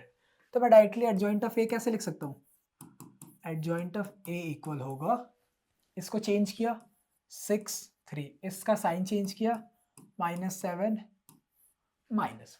क्लियर है क्या, यस सर क्लियर है। ओके, अब इसका डिटर्मिनेंट निकाल लो। डिटर्मिनेंट ए की वैल्यू कितनी आ जाएगी, 3 × 6 18 -7 × 4 28, कितना आ जाएगा -10। तो मैं क्या करूँगा, 1 अपॉन में -10 विच इज ऊपर चला जाएगा, इसको -1/10 लिख लूँ मैं, -1/10, और एडजॉइंट क्या है हमारा 6 -4 -7 एंड 3। तो फाइनल ए इनवर्स की वैल्यू क्या आएगी, ए इनवर्स की वैल्यू आ जाएगी 6/10 -4/10 3/10 -7/10। ठीक है, इसको आप सिंप्लीफाई करोगे तो यहाँ से क्या मिलेगा, 2 3 जा 6 2 5 जा 10 3/5, यहाँ से -2/5, यहाँ से क्या मिलेगा 3/10 एंड यहाँ से -7/10। तो ये आपकी जो वैल्यू आई वो आपकी इनवर्स की वैल्यू आती है। क्लियर है, ए इनवर्स कैसे निकलता है, इजी पीजी है क्या। इजी पीजी तो नहीं है बट यस ठीक है, समझ आ गया आपको। नेक्स्ट आता है एप्लीकेशन। देखो एक तो एप्लीकेशन हमने एरिया ऑफ ट्रायंगल में पढ़ लिया था, एक दूसरा एप्लीकेशन यहाँ पे है which is system of linear equations. अब आपने 8वीं 9वीं 10वीं कक्षा में क्लास में आपने लीनियर इक्वेशन तो पढ़ा है, 1 वेरिएबल के अंदर पढ़ा, 2 वेरिएबल के अंदर पढ़ा। आप लोगों ने 11th में या अभी तक 3 वेरिएबल में तो नहीं पढ़ा है ना। 1 वेरिएबल 2 वेरिएबल आप लोगों ने पढ़ा हुआ है। अगर 3 वेरिएबल में आ जाए तो क्या होगा, जैसे मान लो कि आपके पास एक लीनियर इक्वेशन आ जाए कुछ इस फॉर्म में a1x plus b1y plus c1 equals to 0 और a2x plus b2y plus c2 equals to, इसको 0 मत लो, इसको भी कोई कांस्टेंट वैल्यू ले लो, ठीक है। लेट्स सपोज यहाँ d1 है d2 है, a3x plus b3y plus c3 equals to d3 और यहाँ c1z c2z c3z। कितने वेरिएबल में हो गया ये, 3 वेरिएबल में हो गया, ठीक है। और ये पेयर में भी नहीं है, सिंगल भी नहीं है, ट्रिपलेट है, ट्रिपलेट ऑफ इक्वेशंस है। एक्स वाई जेड इसके अंदर 3 वेरिएबल है। अब आपसे पूछा जाए कि इसमें इसके सॉल्यूशन बताओ, तो किसी भी इक्वेशन का सॉल्यूशन क्या होता है, उसके अंदर प्रेजेंट उसकी जो वेरिएबल वाली वैल्यू है, अगर उस वेरिएबल की वैल्यू आप निकाल पाओ तो उसका क्या होता है, सॉल्यूशन होता है। मतलब आपको इसमें क्या फाइंड करना है, अगर आपसे बोले कि भैया मेरे को सॉल्यूशन फाइंड करके दिखाओ, इट मीन्स आपको क्या फाइंड करना है, एक्स वाई एंड जेड की वैल्यू फाइंड करके देनी है, ठीक है क्या। उसके पहले एक और चीज, कुछ टर्म्स आप समझ लो। कंसिस्टेंट क्या होते हैं, कंसिस्टेंट 10th क्लास में ही पढ़ा होगा। कंसिस्टेंट हम किसको बोलते हैं, ऐसा इक्वेशन या ऐसा कुछ सॉल्यूशन, ऐसा इक्वेशन, सॉरी सॉल्यूशन तो नहीं बोल सकते, ऐसा इक्वेशन जिसका सॉल्यूशन पॉसिबल हो, चाहे वो 1 सॉल्यूशन हो चाहे इनफाइनाइट सॉल्यूशन हो। अगर वो सॉल्यूशन पॉसिबल है तो वो कंसिस्टेंट है, हैविंग 1 और मोर सॉल्यूशन। अगर एक या एक से ज्यादा सॉल्यूशंस हैं तो वो कंसिस्टेंट सिस्टम है, अगर नहीं है तो वो इनकंसिस्टेंट है, इनकंसिस्टेंट है। मतलब इसके अंदर क्या होगा, हैविंग नो सॉल्यूशन। कोई ऐसा लीनियर इक्वेशन है जिसका कोई सॉल्यूशन एग्जिस्ट नहीं करता तो वो इनकंसिस्टेंट है। अगर कुछ भी एग्जिस्ट कर रहा है, चाहे एक हो चाहे 2 हो, 1000 हो, लाखों हो, तो वो कंसिस्टेंट है, ठीक है। तो हम सिस्टम ऑफ लीनियर इक्वेशन को देखने वाले हैं। अब आप इस चीज को ध्यान से देख लो, ठीक है। a1x b1y c1z। अगर मैं बोलूं कि ये जो लिखा हुआ था ना उसको मैं कुछ अलग तरीके से कर दो, या फिर हाँ चलो अभी करते हैं उसको। मैंने बोल दिया कि मैंने एक ए मैट्रिक्स बनाया। किसका मैट्रिक्स बनाया, जितने भी इसमें कॉफिशिएंट है ना एक्स वाई और जेड के, उनका एक मैट्रिक्स बना लिया और उसका नाम दिया ए मैट्रिक्स। तो क्या निकल के आएगा, a1 b1 c1 a2 b2 c2 a3 b3 c3, ठीक है। मैंने कहा एक और x बना लो मैट्रिक्स। x मैट्रिक्स किसका बना लो, वेरिएबल्स का बना लो। कितने वेरिएबल हैं इसके अंदर, 3, x y और z। एंड तीसरा एक और मैट्रिक्स बना लो, b मैट्रिक्स, जो कांस्टेंट वैल्यूज का बना लो। कांस्टेंट वैल्यूज क्या है इसके अंदर, d1 d2 d3। क्लियर है क्या, यस, d1 d2 d3। आपने एक मैट्रिक्स A बनाया जिसके अंदर आपने कोफिशिएंट लिया एक्स वाई जेड का, एक मैट्रिक्स आपने X बनाया जिसके अंदर वेरिएबल्स लिए which is x y and z, and B एक कांस्टेंट मैट्रिक्स बनाया, ठीक है। तो अगर आप इस इक्वेशन को लिखना चाहो तो यहां से आप क्या लिख सकते हो कि जो AX आया आपका, AX किसके इक्वल आ गया, B के इक्वल आ गया। अब आपको निकालना है क्या, इसमें X निकालना है। X निकालने के लिए क्या करोगे, आपने क्या किया इसमें, ठीक है। तो आपने क्या किया, आपने इसमें कर दिया ए इनवर्स का प्री मल्टीप्लाई। ए इनवर्स का प्री मल्टीप्लाई कैसे होगा, A inverse into A x, ये हो जाएगा equals to A inverse into में बी। आपने प्री मल्टीप्लाई किया, इस पूरे टर्म में प्री मल्टीप्लाई कर दिया ए इनवर्स का।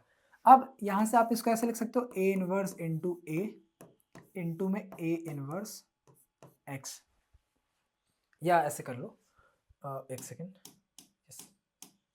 क्योंकि एसोसिएटिव प्रॉपर्टी होता है ए इनवर्स ए इंटू में एक्स, ऐसे, ठीक है। A inverse A x multiply हो गया, इक्वल्स टू क्या आएगा, ए इनवर्स बी के। अब यहाँ से हमें प्रॉपर्टी क्या पता है, ए इनवर्स किसके इक्वल होता है, आई के। हमने प्रॉपर्टी देखा है कि ए इंटू ए इनवर्स जो होता है वो आई के इक्वल होता है। तो ये क्या आ गया, I into x equals to A inverse B. अब अगर आपको पता हो मैट्रिसेस थे कि किसी मैट्रिक्स में अगर आप आइडेंटिटी मैट्रिक्स का मल्टीप्लाई करते हो तो उसकी वैल्यू एज इट इज रहती है, कोई फर्क नहीं पड़ता। क्लियर है क्या, कोई भी फर्क आपको उसके ऊपर नहीं पड़ेगा। तो यहाँ से x की वैल्यू क्या आ जाएगी, x इक्वल्स टू आ गया a इनवर्स b। मतलब कि अगर आपको कभी भी सिस्टम ऑफ लीनियर इक्वेशन में सॉल्व करना है आपको एंड सॉल्यूशन निकालना, आपसे जब भी सॉल्यूशन पूछा जाए, सॉल्यूशन मतलब x की वैल्यू पूछेगा एंड x के अंदर क्या है आपका x y z है, ठीक है, कैपिटल X के अंदर x y z है, ये आपको वैल्यू निकालनी है। तो आपको क्या करना है, एक A मैट्रिक्स बनाना है जो कि किसका मैट्रिक्स होगा, सारे कॉफिशिएंट्स का, एक्स वाई जेड के कॉफिशिएंट की matrix and be constant term का मैट्रिक्स, उन दोनों का मल्टीप्लाई करना है। ए इनवर्स निकाल के मल्टीप्लाई करना है बी के साथ, जो वैल्यू आएगी वहां से आपको एक्स मिल जाएगा। एक्स हमेशा आपका इसी ऑर्डर में आने वाला है, 3/1 ऑर्डर में, पहला एक्स देगा, दूसरा वाई, तीसरा जेड देगा। क्लियर है क्या, बताओ। ओके, तो आपका यहां से क्या आ गया, एक्स की वैल्यू आ गई, x equals to A inverse में बी। ओके ओके, ठीक है, चलो x आ गया हमारा a इनवर्स में b। अब आगे एक चीज और देखनी है, singular and non singular matrices क्या होते हैं, ठीक है, ये आपका यहाँ पे पहले लिखा हुआ था। उसके पहले हम एक बार ये क्वेश्चन कर सकते हैं क्या, देखो a इनवर्स से निकालना है, a इनवर्स हमने निकालना सीख लिया। a इनवर्स क्या होता है, क्या हमारा a इनवर्स 1 में determinant of a into adjoint of a होता है क्या, यस। तो आपको क्या पूछा है इस क्वेश्चन में, 2021 का ये सवाल है, आपको एक ए वैल्यू दी है, ए मैट्रिक्स दिया है, इसने 14 टाइम्स ऑफ ए इनवर्स पूछा है आपसे, ठीक है, 14 times of A inverse. Clear है, ओके वेरी गुड। चलो अब इसके लिए आपको क्या करना पड़ेगा, पहले निकालना है adjoint of A. Adjoint of A क्या होगा, इसको चेंज कर लो, यहाँ आ जाएगा 2, यहाँ आ जाएगा 3, ये -1 है +1, ये +1 है -1। क्लियर है, क्या ये मेरा एडजॉइंट निकल गया, यस। उसके बाद और क्या चाहिए मुझे, डिटरमिनेंट चाहिए। डिटरमिनेंट कैसे निकालूंगा मैं, 3 इंटू 2 6 माइनस -1 इंटू 1 माइनस का 1, तो 6 + 1 कितना आ जाएगा आपका, 6 + 1 वुड बी 7। डिटरमिनेंट आ गया। आपको क्या निकालना है, इनवर्स, तो ए इनवर्स क्या हो जाएगा, 1 में डिटरमिनेंट क्या है 7 इंटू में ए कितना adjoint of A, sorry 2 - 1 1 and 3, यही आएगा एडजॉइंट ऑफ ए अपॉन में डिटरमिनेंट ऑफ ए। डिटरमिनेंट आपका आया 7, 3 2 6 6 - 1 ये 7 एंड एडजॉइंट ऑफ ये आ गया। अब आपको निकालना था 14 times of A inverse. 14 times क्या हो जाता, 14 इंटू 1/7 2 - 1 1 3, ये होता क्या, क्या ये होता है आपका 14 ए इनवर्स, यस। तो यहाँ से क्या मिलेगा आपको, 7 2 = 14 एंड 2 से मल्टीप्लाई करोगे आप, 2 2 = 4 -2 2 and 6। So this is your answer of 14 A inverse. Easy है क्या, यस बहुत इजी है। ओके बॉस, आगे बढ़ते हैं। आगे क्या है हमारा, singular and non singular matrices. Yes, singular and non singular matrices क्या होते हैं, देखो देखो देखो, singular and non singular matrices आपके होते हैं, अगर आपने डिटरमिनेंट निकाला एंड किसी मैट्रिक्स का डिटरमिनेंट आ गया 0 के इक्वल, तो उस मैट्रिक्स को हम बोलेंगे सिंगुलर मैट्रिक्स। आपने किसी मैट्रिक्स का डिटरमिनेंट निकाला एंड वो आया 0 के इक्वल, तो वो हो जाएगा सिंगुलर मैट्रिक्स। कैसे, एग्जाम्पल देखो, यहाँ पे आपका 1 2 4 8, आप इसका डिटरमिनेंट कैसे निकालोगे, ये ए है, डिटरमिनेंट ऑफ ए कैसे निकलेगा, 1 टाइम्स 8 करोगे, 1 टाइम्स 8 माइनस 4 टाइम्स 2, 1 8 जा क्या होता है 8 -4 2 जा 8, तो आपकी वैल्यू क्या आएगी, 8 - 8 वुड बी 0। तो यहाँ डिटरमिनेंट ऑफ ए की वैल्यू क्या आई 0, तो ये मैट्रिक्स कैसा मैट्रिक्स कहलाएगा, सिंगुलर मैट्रिक्स। ये भी एक टाइप ऑफ मैट्रिक्स में था, हालांकि हमने वहां नहीं पढ़ा था क्योंकि डिटरमिनेंट का रोल था, ठीक है।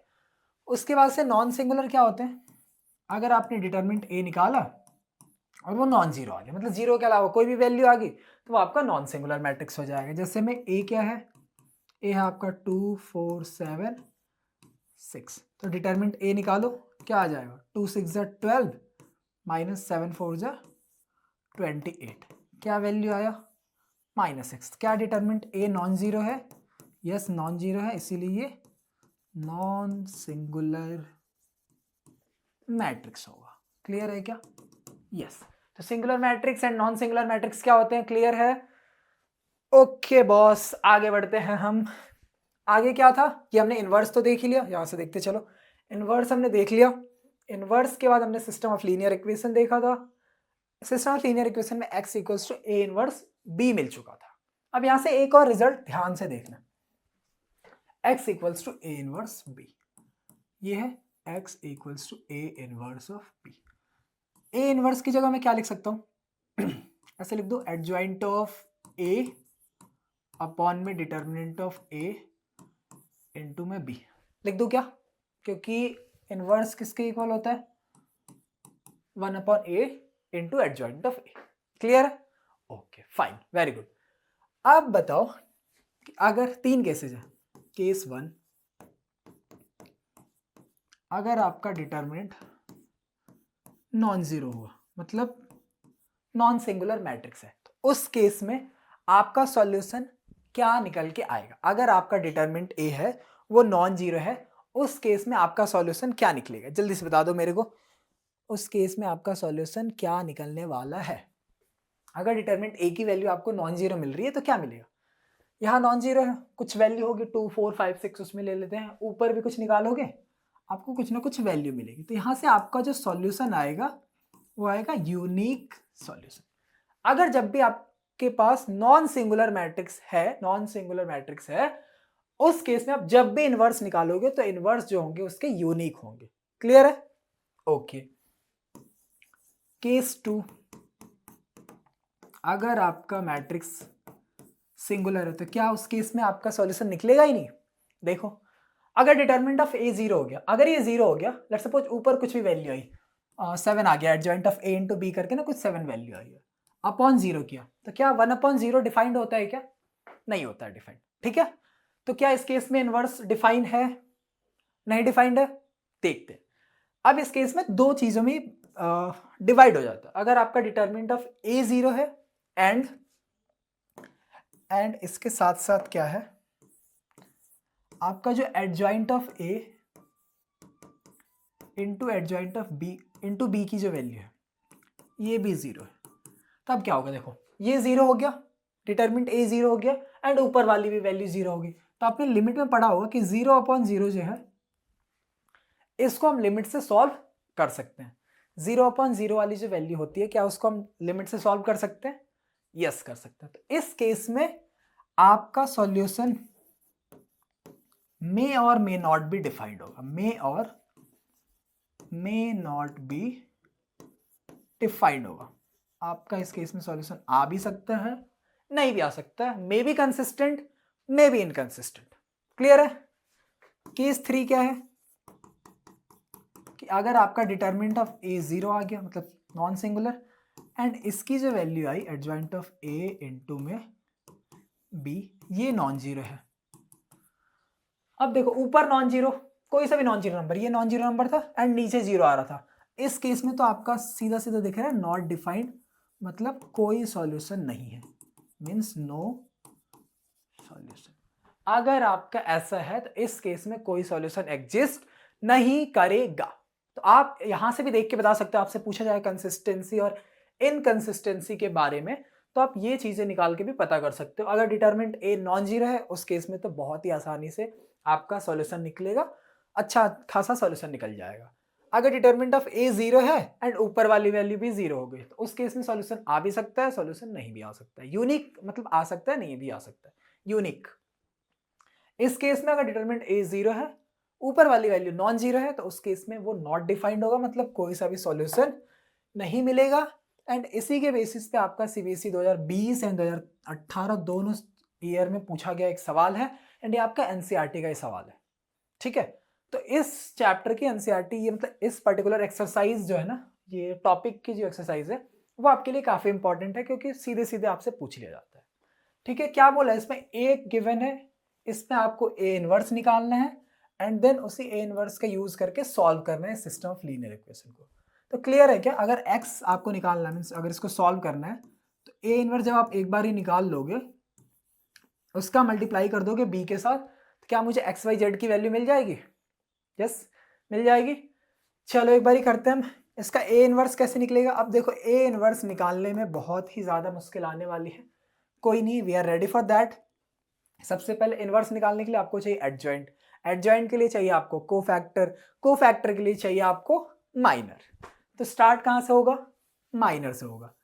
m11 की वैल्यू क्या होगी, एंड अगर कहीं भी हमने एक भी मिस्टेक कर दी ना तो हमारा आंसर गलत आने वाला है, दिस इज वेरी श्योर, तो कोई गलती के चांसेस नहीं है। चलो m1 ढक लो, क्या आएगा, -4 एंड -4 विच इज -8।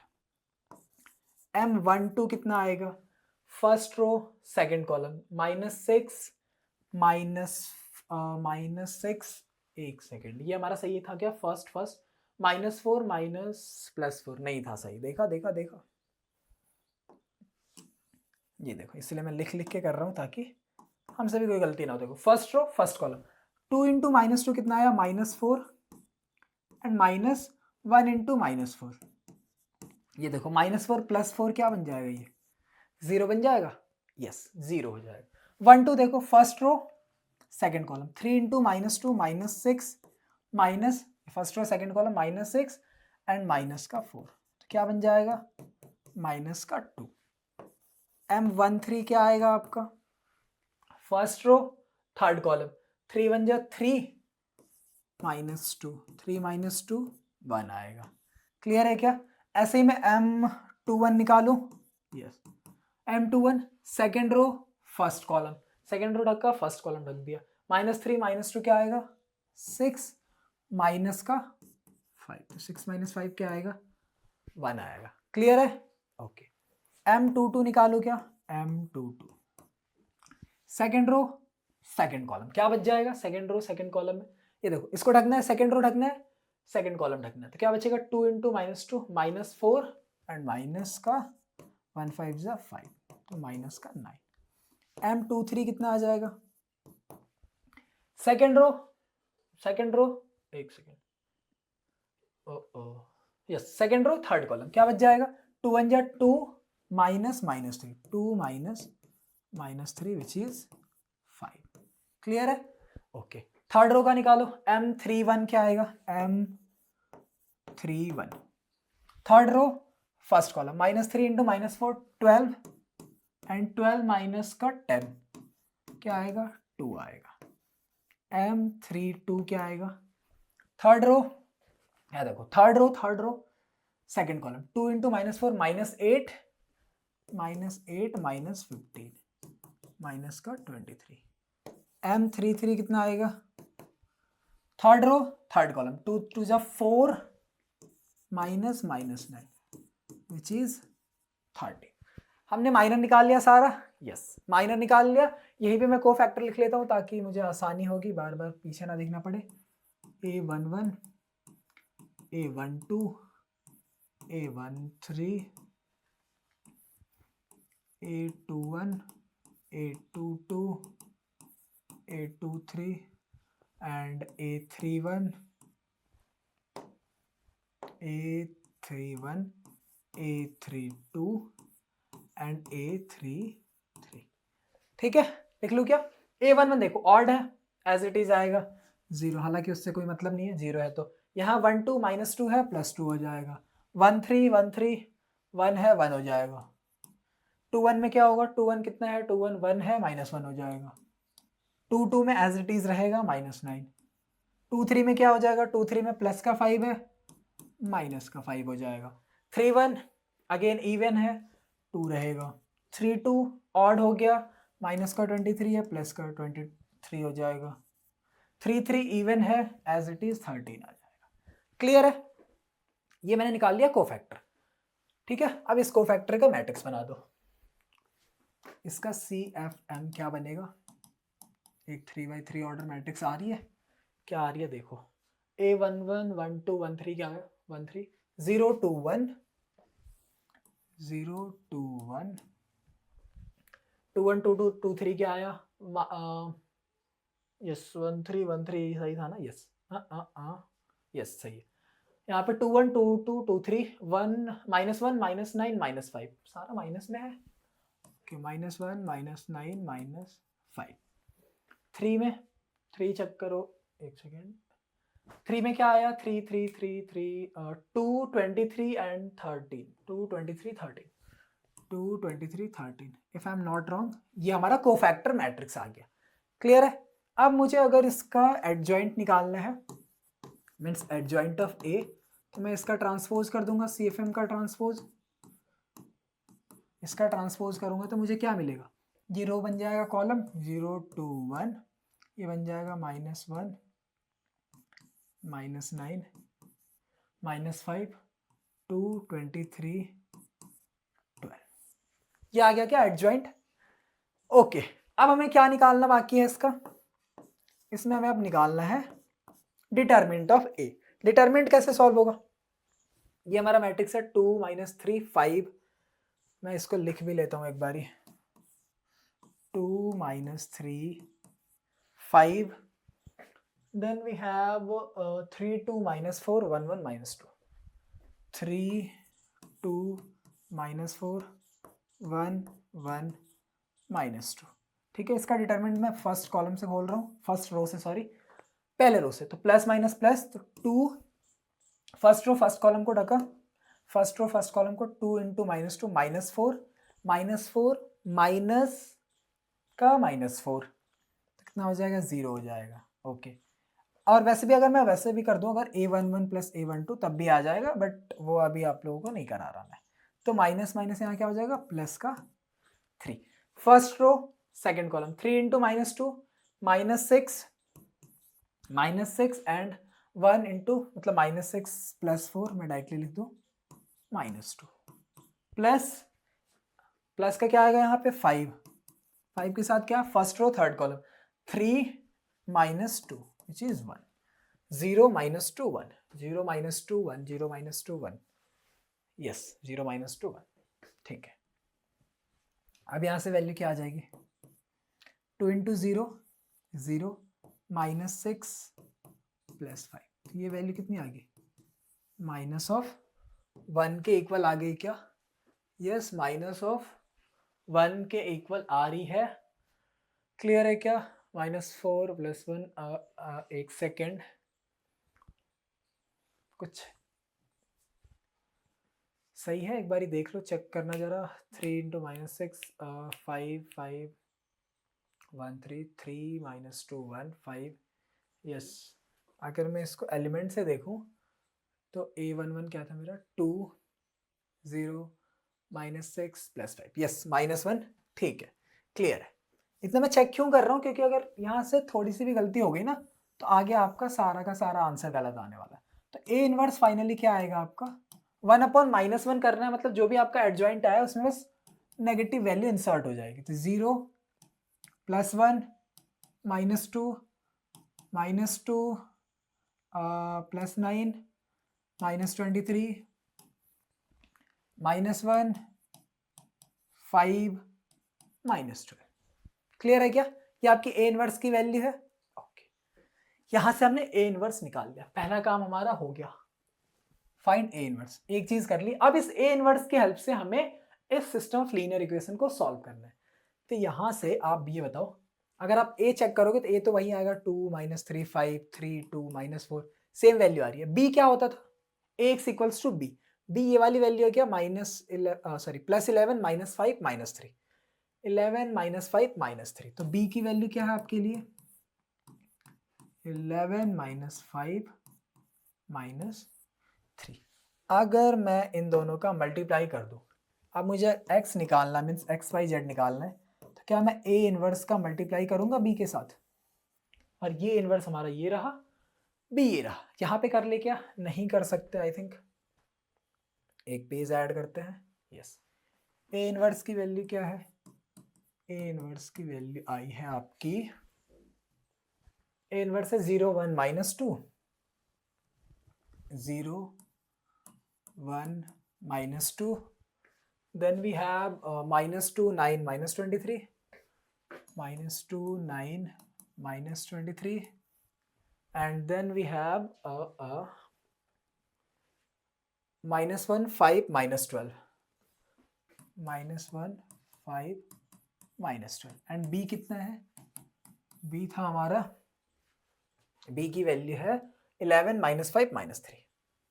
b है 11 minus 5 minus 3. क्लियर है क्या? यस क्लियर है. अब मुझे x निकालना है तो इनका मैं मल्टीप्लाई करूं. x equals to a inverse में b, a इनवर्स इंटू में b. यस करो multiply. First row first column के साथ जाएगा 0 into 11 0, 1 into minus 5 minus 5, plus minus 2 into minus 3 plus का 6. यही आएगा. ठीक है.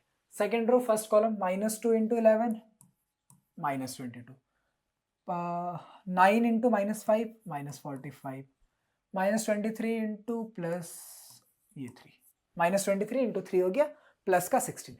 थर्ड में क्या आएगा? माइनस, ये अलग अलग है, ठीक है, ऐसे माइनस 1 इंटू 11 माइनस का 11, प्लस 5 इंटू 5 माइनस का 25, माइनस 12 माइनस 3 प्लस का 36. तो यहाँ से क्या आ गया? देखो 6 माइनस 5 1. यहाँ से क्या आया? माइनस 25 एंड ये पहले ऐड कर लो, कितना आएगा? 257 246 माइनस 67 प्लस 69. ये इनको ऐड करो, ये आ जाएगा माइनस 36 प्लस 36. तो फाइनल वैल्यू आपकी क्या बन गई? 1 0 और यहाँ 2. तो यहाँ से ये ऊपर वाली वैल्यू x है, ये y है, ये z है. तो यहाँ से x y z की वैल्यू क्या आ गई? x is your 1, y is 2 and z is 0. देखो ये क्वेश्चन टफ बिल्कुल नहीं था, बट अगेन लेंदी तो है, एंड पेपर में आएगा तो आपको कैलकुलेशन ऐसी लेंदी मिलने वाली है, इसमें कोई भी डाउट नहीं है. क्लियर है क्या? आपको ऐसी कैलकुलेशन मिलने वाली है. एक्स वाई जेड की वैल्यू निकालने को जब भी पूछा जाएगा आपको कैलकुलेशन में थोड़ा सा दिमाग लगाना पड़ेगा. Have to equate then find x. आपको एक्स की वैल्यू निकालनी है इसके अंदर. ये बस इक्वेट करना, इस डिटरमिनेंट को इसके इक्वल करना. आपको आपकी एक्स की वैल्यू नहीं भैया, ये क्या बोल रहे हो सर? पर्सनल नहीं, मेरी एक्स नहीं, इस एक्स की वैल्यू निकल जाएगी. ठीक है, क्लियर है? ओके. तो आई होप कि आपको ये सेशन बहुत ही ज़्यादा अच्छा लगा होगा. मुझे तो पर्सनली बहुत मजा आया आप लोगों से इंटरेक्ट करके. इंटरेक्ट इन द सेंस, देखो आप ये जो कमेंट बॉक्स में लिखते हो ना, इसको पढ़ के जब भी आपके पुरानी वीडियोस में अपलोड करता हूँ एंड आपके आंसर्स आते हैं कि I like this session, I like the videos and the doubts got clear, बहुत ही ज़्यादा खुशी होती है. एंड एक टीचर के लाइफ में आई थिंक यही एक चीज़ है, आपके एंड से आप जो भी बच्चे घर पे बैठे हो, आप जो कमेंट करते हो, जो लाइक करते हो वीडियोस को, उनसे एक मोटिवेशन मिलता है हमें, ताकि हम आपके लिए और भी बहुत ही अच्छे अच्छे कंटेंट बनाते रहें एंड आपको ऐसे ही एजुकेट करते रहें. तो आपका काम क्या है? You just have to tap this like button and put your comments in the comment box. And if you are new to this channel then must subscribe. Yes must, this is a must do thing. आपको subscribe कर लेना है ताकि ऐसी videos आपको और भी मिलती रहे. नेक्स्ट क्लास में, नेक्स्ट वन शॉट के अंदर हम दूसरा चैप्टर लेके आ रहे होंगे. आपका अगर कोई पर्टिकुलर चैप्टर है जिसमें आपको डाउट्स आ रहे हैं बहुत ज़्यादा, तो आप कमेंट कर सकते हैं, आपको उस चैप्टर के वन शॉट बहुत ही जल्दी मिल जाएंगे. क्लियर है? आई होप कि आपको ये वीडियो अच्छा लगा हो. यहीं पे खत्म करते हैं इस सेशन को. मिलते हैं आपको नेक्स्ट वीडियो में. तब तक के लिए see you, bye bye, love you all.